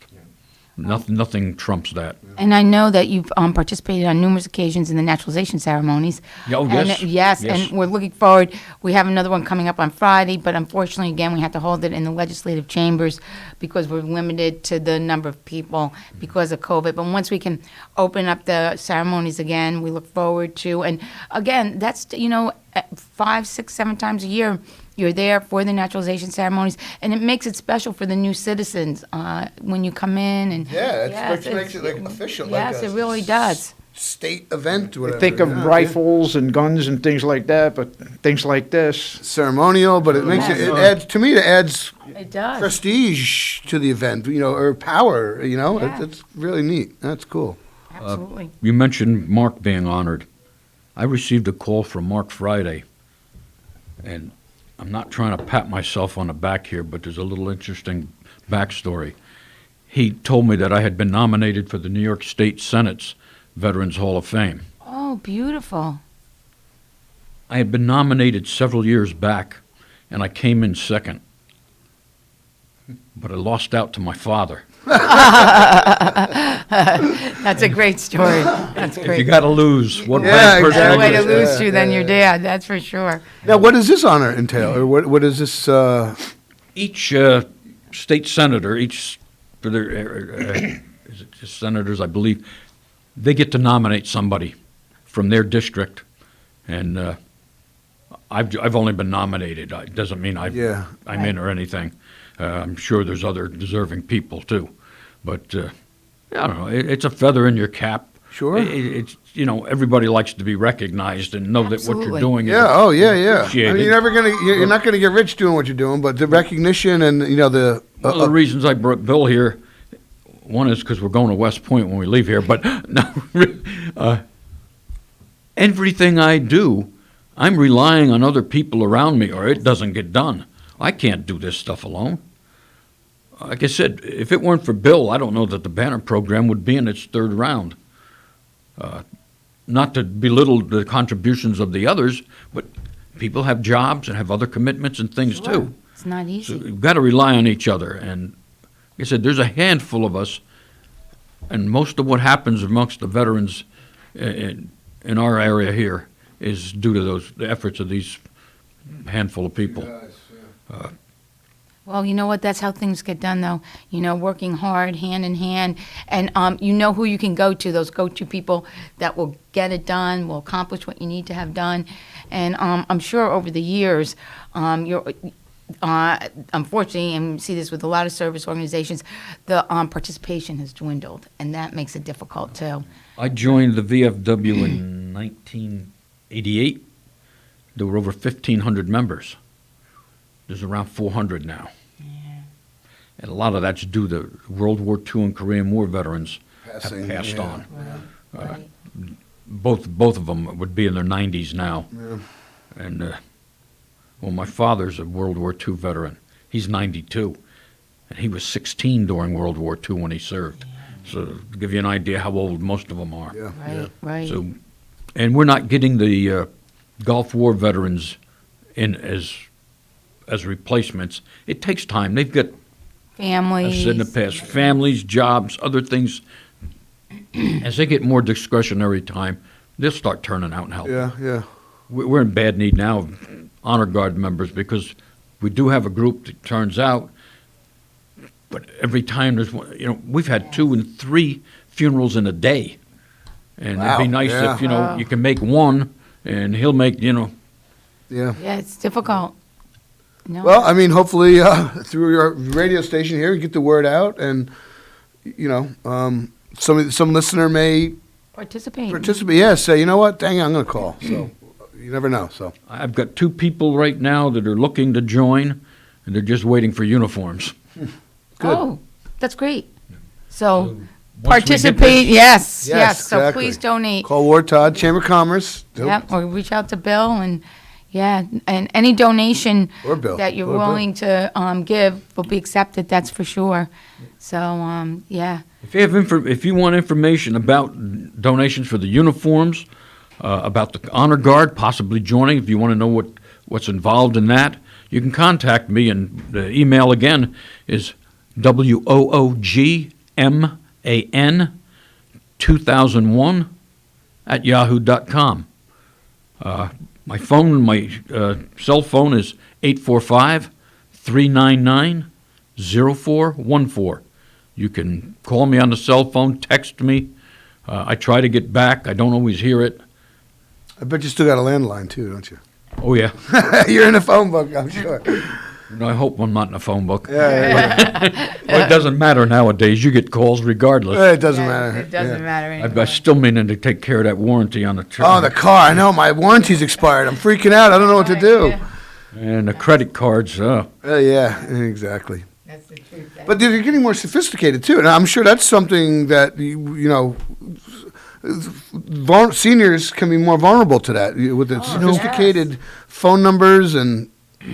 Politicians, I don't care what side, left, right, middle, they could just impress the hell out of me if they could stop that. And I think they could. Yeah? I think they could. Uh-huh. They could, legislation. There's got to be a way. I don't know of a single person that goes, oh, goody, my warranties. Yeah, right. Yeah, come on. It's always the most inopportune time. It's one of the, now that there's annoying 845 calls. numbers, it's like, I have a teenage son. It's like, it's just, Is a local I can't number? not answer sometimes. Oh my God, is this the doctor's office? Is I it got the a hospital? call on that with my own number popping up. And I that's- know other I wonder how people the they same did that. thing. Really? Oh, that's Somehow interesting. they're I never able had that to happen. plug whatever number in there. Huh. Yeah, the computers, They're whatever. sophisticated these Yeah, days. that's Yes, absolutely. It's amazing. Well, you guys are very busy. I had to say that. And every month when you come on, there's always something new that's you're working on or you're doing. And I think that's fantastic. So please, those of you that are listening, if you want to volunteer, if you want to donate, whatever you want, please reach out to Bill. He's available. Email, telephone. He just gave you all his contact information. Yep. Because very worthwhile, everything that you Well, do one each and more every thing. day. Oh, okay. I got so much going on, it's hard to keep it all straight. Each year we honor one of our own as Veteran of the Year. Once before we honored 2 people, and again this year we're honoring 2.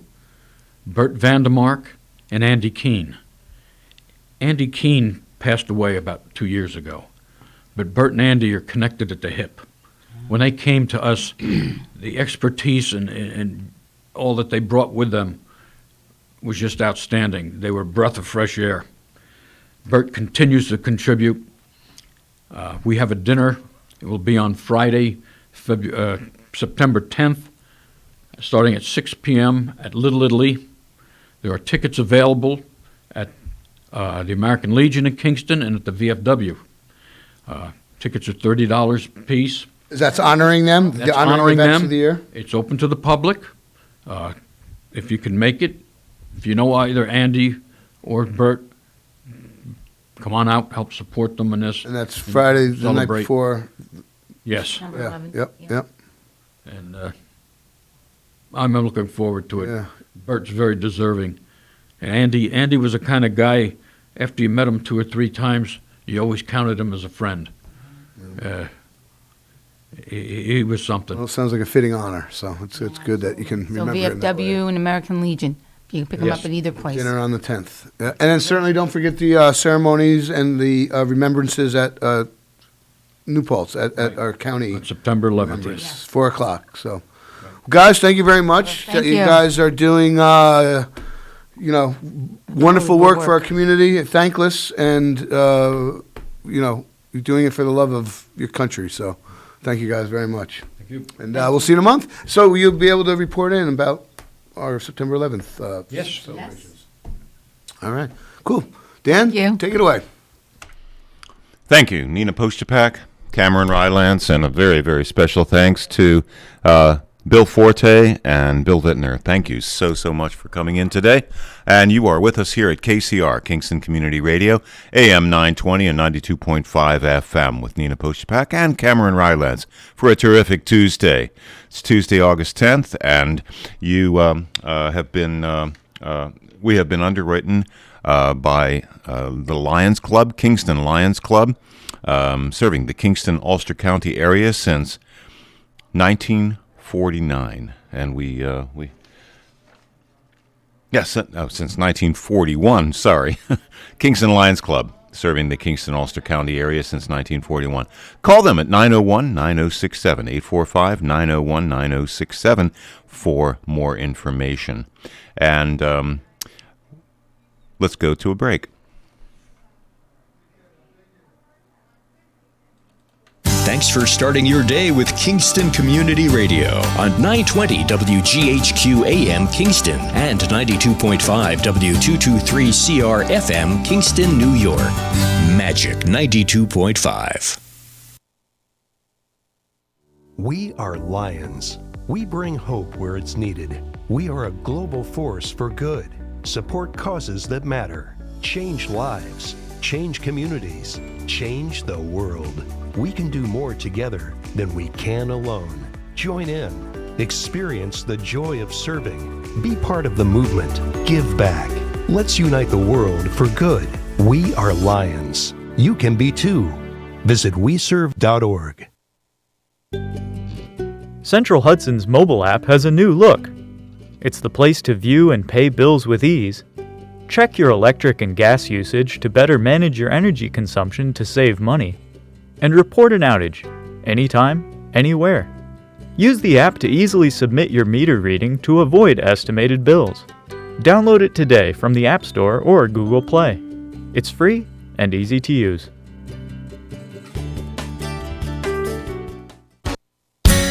Hi, this is Tony Marmo from Norman Staffing, and we've been bringing together employers and job seekers since 1980. If you're an employer and have job vacancies, let Norman Staffing help fill them with permanent or temporary workers. We screen, interview, and recommend the best candidates for your company. We make the employment process easier and faster for you. Please call Norman Staffing for your employment needs at 338-9111, 338-9111, or normanstaffing.com.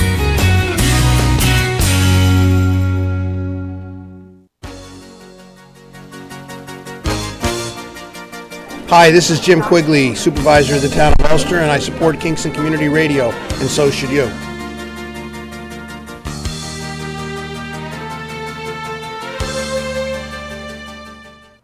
And 68 degrees here on this Tuesday, August 17th. And it's 8:33 a.m. right now, and thank you for being with us here at KCR, Kingston Community Radio. This last portion of Kingston Community Radio was brought to you by the Kingston Lions Club, and they're serving the Kingston-Ulster County area since 1941. Call them at 901-9067, 845-901-9067. And this upcoming portion of Kingston Community Radio is brought to you by Rondout Savings Bank, always working for you and the community with branches in Kingston, West Hurley, and Hyde Park. Also online at rondoutbank.com. Equal housing lender, member FDIC. Let's get back to the on-air studio with Nina Postupack, Cameron Rylance, and a new guest. New guest, Revolving Door is still spinning this morning. Cameron. It's wonderful. Never had this many people in is. here before. It's great. But Christine Hein, good morning. Hi, good morning. Director of People's Place. Yeah, how are And you? you have like a sheath of papers there. I know, because there's so much happening at People's Place. Let's get on into it. It's always it's a busy place over is. there, you know. So when I first came in, Nina asked how the Celebrating Santa event went, and that was it was in July, and I feel like it was so long ago. It was really only 2.5 weeks. A couple weeks, yeah. Dancing on the roof all day. Yeah. So it went really, really well, and we sort of had a rainy day that day as well, but all the Santas showed up, and I always say how lucky we are to have so much community support. So because we did very well, we're happy with how everything happened, and we are extending the age for Project Santa for this year. Fantastic. Yeah. Wow. So it used to Congratulations. be for decades. For a long time, it was, it started out, I think, like infant to 12, and then about 9 years ago, we changed it from infant to 14, and this year we're going to go up to age 16. Oh, that's great. Yeah. It's hard to get gifts for that age, is. that age range. I'm sort of shooting myself in the foot, right? Yeah, but it'll be great. Yeah. There's a important. need out Something, there. Yeah, anything is better. So people can still donate to Project Santa if they want. Peoplesplace.org. And you can make there's a donate button there. And for whatever you want to donate, you can always mark where you want your money to go. Oh, that's great. And you can do that right online. Right online. There's a comment, or if you send a check, you can always put that in the memo that you want to go to the cafe or the wellness center, which we'll talk about in a couple minutes, or Project Santa. We have 23 different programs that are happening. So That's quite a few. Yeah, lots of stuff Yes, happening. absolutely. So Project Santa, that went great. We just got the cards the other day. We are selling tickets for a raffle that we do, a lottery in November. So all the proceeds go to Project Santa. The tickets are $10, and you buy the ticket, and they're numbered from 000 up to 999, and it follows the New York State nightly number. Oh, fantastic. And so if your number comes up, whatever day that is, you win the money for the day. And the prizes range anywhere from $50 to $100. So You have 30 chances. So you have 30 chances to win. Yes, you do. For $10. $10, and that money all goes to Project Santa because the tickets were sponsored by Freddie Hepner Plumbing and Klume Construction. Oh, so great. we didn't have to pay to have the tickets. So all the proceeds go directly to Project Santa, which is great. Yeah, and there you go. And of course, the winners. Yeah, the winners. yeah. And there you go about community support. Right there, two local Right, businesses that are Who supporting and right People's away, we're like, Place. oh, yeah, we'll give you the money to print the tickets. Yes. So, and so that's nice because all that money then that we get and don't have to pay out. And last year we did it. We sold most of the tickets. A few didn't sell, and luckily for us, those were the few of those days came up. Those numbers. Oh, so there we you had to go. pay out. And a few people won and just said keep the money, but we're doing it so people could. Everybody likes to get an extra $50 or $100 in November. Sure. Coming up on December. So we have that, and those are at People's Place that you can get your ticket, or from any community board member or board member. So That's Project Santa. Then, of course, we have our Wellness Center, which I'm so excited about. It's going so well. Of course, I believe somebody here in the station knows all about the Wellness Center, don't they? What an organization. It's really great. Fatima is amazing. She's an incredible... sorry, you don't hear me? No, I'm sorry. Okay, No, yeah, okay. Fatima is an amazing person. Very, very, very good director for the Wellness Empowerment Center. And the workshop that I'm doing is called The Power of Sound. And it is growing organically along with the desires and the interests that the core people have. And we have a core of maybe about 10 or 12 people already. Oh, that's great. And probably going to grow. Good. Yeah. That's what you want. We have the room for it, Good, good. and we have the spirit for it, and people seem to be extraordinarily interested in how sound has a huge bearing on our well-being and our spirit and our inspirations. So there we go. So that's every Thursday at 11. So Exactly. Every Thursday at 11. Open-ended. It may go for years. There you go. Well, we have it Yes. definitely scheduled all the way through the end of September. There you go. Not getting off that easy, Dan. That's it. So, but you can go on our website, peoplesplace.org, and we have a drop down for the Wellness Empowerment Center, and it will list all of the classes that are provided because they change each day. Some are weekly, like Dan's that he does. The Power of Sound is every Thursday at 11. We have yoga every Monday from Amy from the Yoga House, Amy Reed, and just different things. Keith Bennett does meditation, movement and meditation. Every Wednesday at 12:30. So there's some specifics. Of course, the Mid-Hudson Valley Federal Credit Union has sponsored Fiscal Fridays. So that's every Friday at 10:30. And those classes change. This Friday, as a matter of fact, I think is a fabulous class. It is Understanding Credit. Oh, yeah, that is. And then August 27th, we have Identity Theft. So these are all programs that are open to anyone within the community that wants to come. You just have to register. If you aren't computer savvy or you don't have a computer, you can call People's Place at 338-4030, and either Paula or Elaine, who answer the phone, will register you for the class. We'll just do it online through People's Place, but we just need your information, especially with the uptick in COVID. Oh, yeah. You do have to wear a mask Contact if you tracing. come inside of the building, and we're limiting the size. The room is quite large. Very large, yes. But we are trying to make sure people are spread out, so we do have limits based on the room capacity and also the instructor. Each instructor is a little more lenient.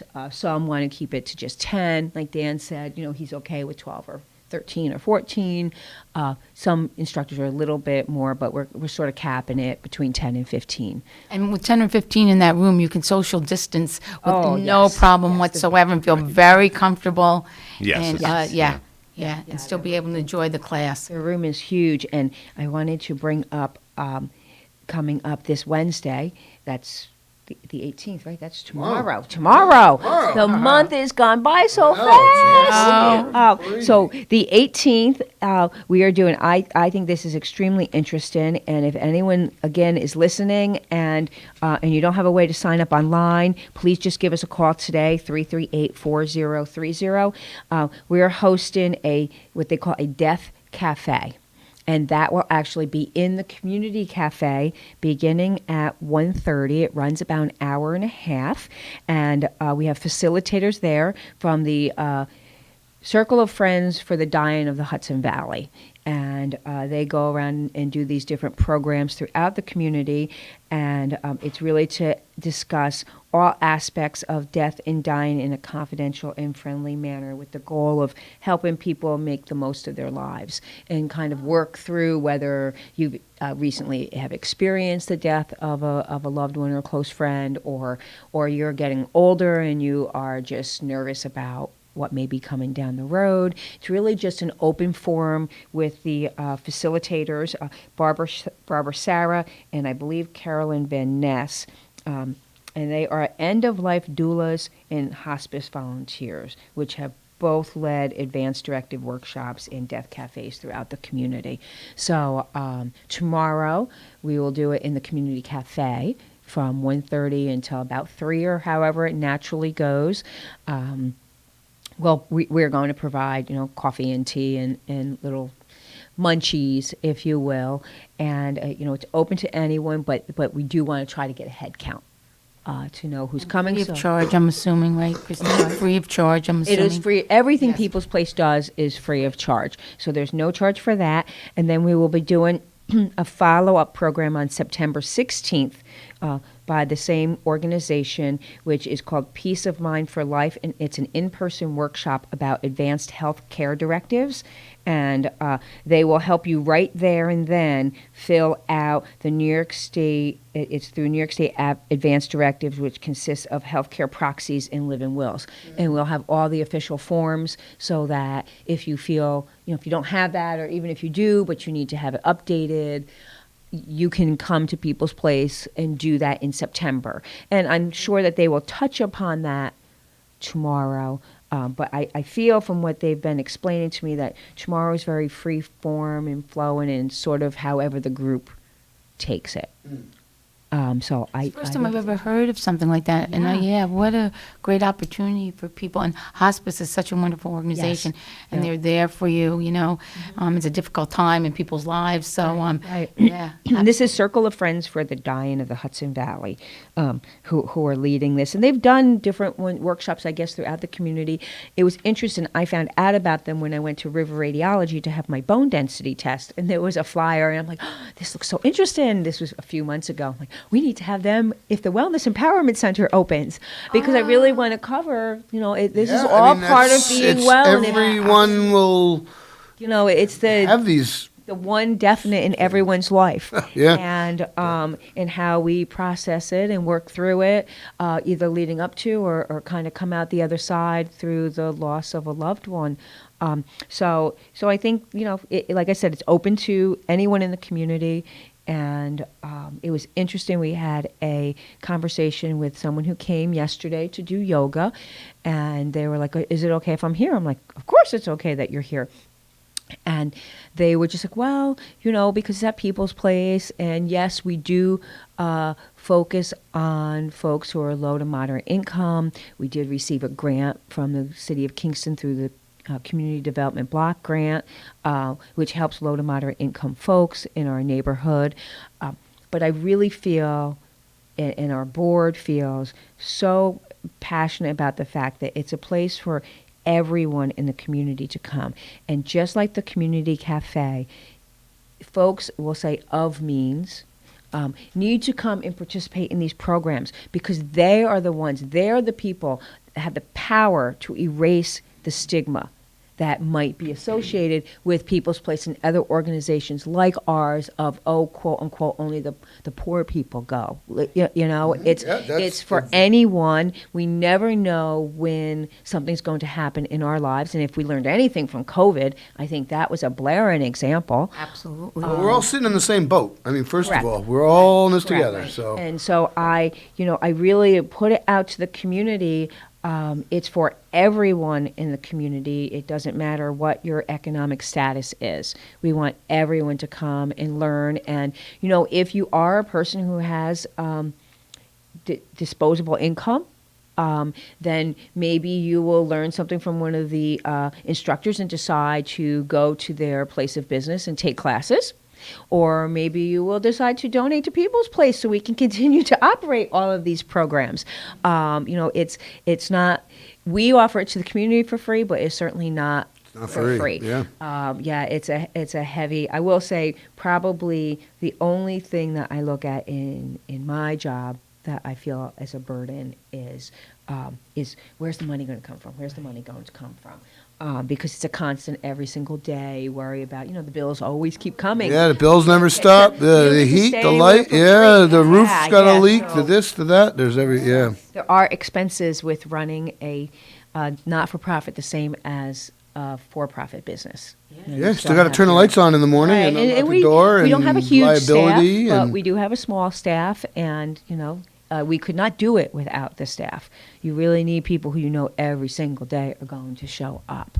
And, you cannot ever. Yeah. So Death Cafe. It sounds a little odd, but I think it will be really quite fabulous, especially if we get a number of folks to come. The community cafe is a large space, and you'll be spread out, so it'll be comfortable. We have, just like throughout People's Place and also in the Wellness Center, we have air purifiers in the room to help clean the air. So, I know everybody's getting a little nervous again, but, Yes. but it's okay. You can come. You'll be safe. That's Wednesday, but then another thing we have on Wednesday. So we have different programs happening during the day. Just to give you an idea, tomorrow we have tomorrow's the 18th. We have the stress cycle with Jennifer White, who is a licensed social worker, and it sort of talks about how you can kind of control stress within your life.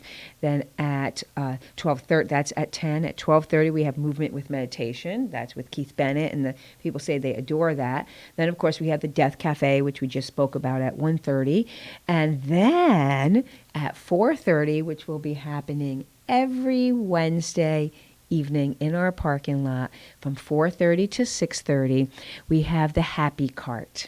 Oh, now let's wonder what the Happy Cart is, Cameron. So it's Wednesday evenings because the thrift store and the food pantry are Always open open. on Wednesday evenings. The thrift store and food pantry are open from 10 to 1 Monday through Friday, and then also Wednesday evenings from 5 to 7 in case folks are working and they need to stop after work. That gives you some time. But from 4:30 to 6:30, we have the Happy Cart. It started last week, and it's a procured hot dog cart, which is no longer a hot dog cart. It's a partnership that we're doing with Institute for Animal Happiness, and we are offering whole food, plant-based, and vegan foods for folks to try. For free. Chef Kim from our community cafe each Wednesday is making different plant-based foods, vegan, if you will. The foods are vegan. Vegan is also a lifestyle. It has to do with your different things you don't wear, and animal rights and things. This is focused mostly on the food. But we do have information, so there'll be information there also that Institute for Animal Happiness is bringing. We had a table set up that will have different vegan food recipes, and then also some different things and information about how it affects your environment. But really what we want is for people to come and have access to it and taste it and enjoy it and learn about how easy it is to make a meatless meal. That's fantastic. Yeah, and that's all free. Yeah. All free. So I can tell you last week we had, they were so scrumptious. Sweet potato, black bean with caramelized shallot street tacos. They were so good. Delicious. And everybody who tried, we had 51 different people come and try. Oh, that's great. Yeah, and every single person said how scrumptious. Yeah. I said, so see, it's okay. Meatless isn't going to kill you. That's right. It's cheaper and healthier. It is. And then, so this week, Chef Kim is making vegetable fried rice. Ooh. And I have had it before. She's had it at the cafe. It's one of my favorite things that she makes. So we'll be giving bowls of that out. So just stop on by. It's free.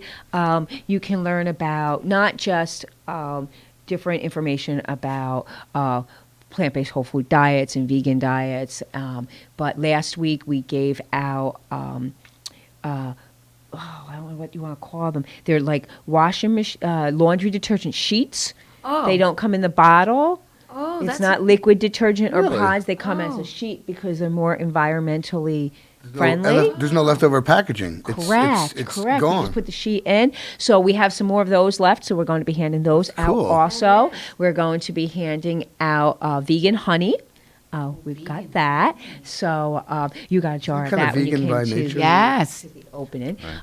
No, because it's produced by a bee. So anyway, and we also will be, and it's really Institute for Animal Happiness that's going to be giving away each week, I think, 3 books about whether it be plant-based lifestyles or healthy eating or vegan lifestyles. And that will go based on what number you are. We're just going to pick 3 numbers, and if you're that number that comes for the food that day, then you get the free book. Oh, that's cool. Oh, that's great. Yeah. So I think it's a wonderful thing. If you want more information about it, you can go to peoplesplace.org.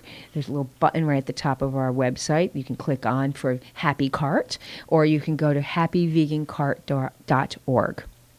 Happy Vegan. I like Happy Cart.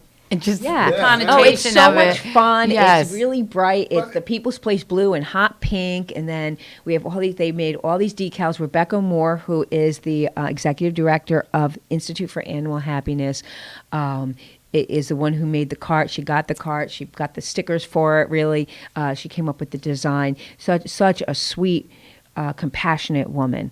And we met maybe 2 years ago. It was before COVID, and started talking about it. And finally, then COVID happened, and everything kind of got put on hold. So we were both so excited to start it. And so it started last Wednesday, and we're going to keep going and see how the feedback is. The perfect way to introduce someone to the plant-based diet. Yes. And without, preaching. Here, try it. Correct. And if you like it, say, well, we got more of this. It's simple. Most of the product that is used for any of these recipes you can get at People's Place. They aren't necessarily expensive to buy in a grocery store, especially if you're buying produce that is in season. Right. Or, you can come to the free farm stand that's happening now at People's Place. Every Tuesday morning, starts around 8:45, goes to about 11:30.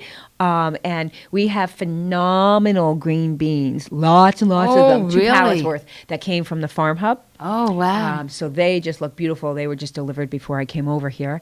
And we're also getting cucumbers and zucchini, and I think we're getting, I don't know, maybe yogurt this week. I'm not really sure. And a few other types of produce that come from the food bank, the Food Bank of Northeastern New York, which we are a member of. And do the free farm stand in partnership with them and the Farm Hub of the Hudson Valley. So you can always come to People's Place and get fresh produce. All you have to do is stand online. The line goes pretty quickly. And we just ask to know how many folks are in your household, only because we want to know how many people we're reaching. Sure. Yeah, absolutely. So oftentimes, plant-based meals are very inexpensive, and if you learn how to do seasonings, they taste fabulous. And down the road, we're going to be offering classes in that. But starting out small. I don't know about that, Christine. I don't know if that's and rain small. or shine, farmers market, rain or shine. It's sprinkling out now, but that has not kept our volunteers away from coming to volunteer. And I have to say, through COVID, through snowstorms and rain, the volunteers continually show up. And I said that today. We were standing outside talking. It was about 7:30, and some of the volunteers were there, and they're like, "How you doing?" I'm like, "I'm doing great. Vertical. I'm standing up. That's great. Right. That's it. And Positive. I said, would love to have stayed in bed today because it's kind of cloudy. So, which brings me to thanking them immensely, because they really could have stayed in bed and decided not to come in and volunteer. That's right, and that's the word, volunteer. So correct. Yes. So how wonderful is it that folks make this commitment to help our neighbors? It really, I'm And blessed. it couldn't to work happen with without people like them. this. Oh, no way. No way. People's Place does not exist without the phenomenal volunteers. And I was amazed at the number of volunteers you have. We need more. So there you do, because we have now the wellness center, and the cafe is open for dine-in eating, and now we have the Happy Cart. So, and we're open on Wednesday evenings, and we really need a few volunteers for the food pantry on Wednesday evenings. We're open from 5 to 7, so that is usually a volunteer commitment about 4:30 to 7:15. If people want to volunteer, Christine, they reach out to you at People's Place? They can do it one of 3 ways. They can go online to peoplesplace.org and just hit the volunteer button and fill out a volunteer application right online. It comes directly to my desk. Or they can stop in and visit us at 17 St. James Street and get a volunteer application and fill it out that way, or give a call, and one of the volunteers that answer the phone could walk people through it if they aren't sure how to do it online. Before anyone comes to volunteer, once they fill out the application, we set up a tour with Shahara, and she takes them on a tour to find out all about People's Place. Oh, great. Fantastic. And you, 1 hour, 5 hours, whatever people feel comfortable. Right, and depending on what they can do. We look for a 1 day, a week that people can commit to, a regular shift, schedule, which is about sure, 4 hours. But if you only have 1 or 2 hours, then we just find a spot that fits that 1 or 2 hours. We're grateful for whatever people want to give to us. And what a feeling of satisfaction to be able to volunteer and help People's Place. So really think about it. Everyone who's out there listening, if you have 4 hours of your day, 1 day a week that you can give to People's Place, it's a wonderful opportunity. Wednesday evenings, like 2.5 hours. Yeah, not even that much, yeah. Yeah, so that's what's happening on 17 St. James Street. And it's 8:59. Look at that. And she also does time management. Exactly. A lot of coffee. Excellent. Gee, I don't do coffee. There you go, Anyway. tea. But well, thank you so much. We keep it up, man. That's happening. Come visit us. Come visit us. I guess if I can leave anybody with anything is don't be shy. Please come and explore what we have, whether it be the community cafe, the wellness empowerment center, the happy cart, the food pantry if you need food, the thrift store. Anyone can shop in the thrift store. It's our main economic engine. When you buy, you help people. You help our programming. Thank you, Christine. Thank you. you. Thanks. Yeah, have a wonderful Tuesday. Yeah, terrific Thank Tuesday, you, everybody, everybody. for listening. And yeah, we'll see you next week. Thank you. Thank you, Christine Hein. And thank you, Nina Postupack and Cameron Rylance, for bringing us around to another terrific Tuesday, August 17th, 68 degrees right now here in Uptown Kingston. This last portion of Kingston Community Radio was brought to you by Rondell Savings Bank. Long history of serving local communities and maintaining a strong tradition of customer service excellence while providing each customer with the personal attention they deserve. Rondell Savings, always working for you and the community, with branches in Kingston, West Hurley, and Hyde Park. Also online at rondoutbank.com. Equal housing lender, member FDIC. Thank you for being with us today at Kingston Community Radio and participating with us. KCR AM 920, 92.5 FM, and our live streaming on mykcr.org. Talk radio at its best. Inspired discussions of, by, and for the community. And again, thank you, Nina Postupack and Cameron Rylance, for bringing in such a nice crowd of guests today. And we invite you to be with us tomorrow morning at 7 a.m. for a Super Wednesday. Until tomorrow, we wish you every success in growing and developing Kingston and all our neighboring communities. We now return you to Magic 92.5.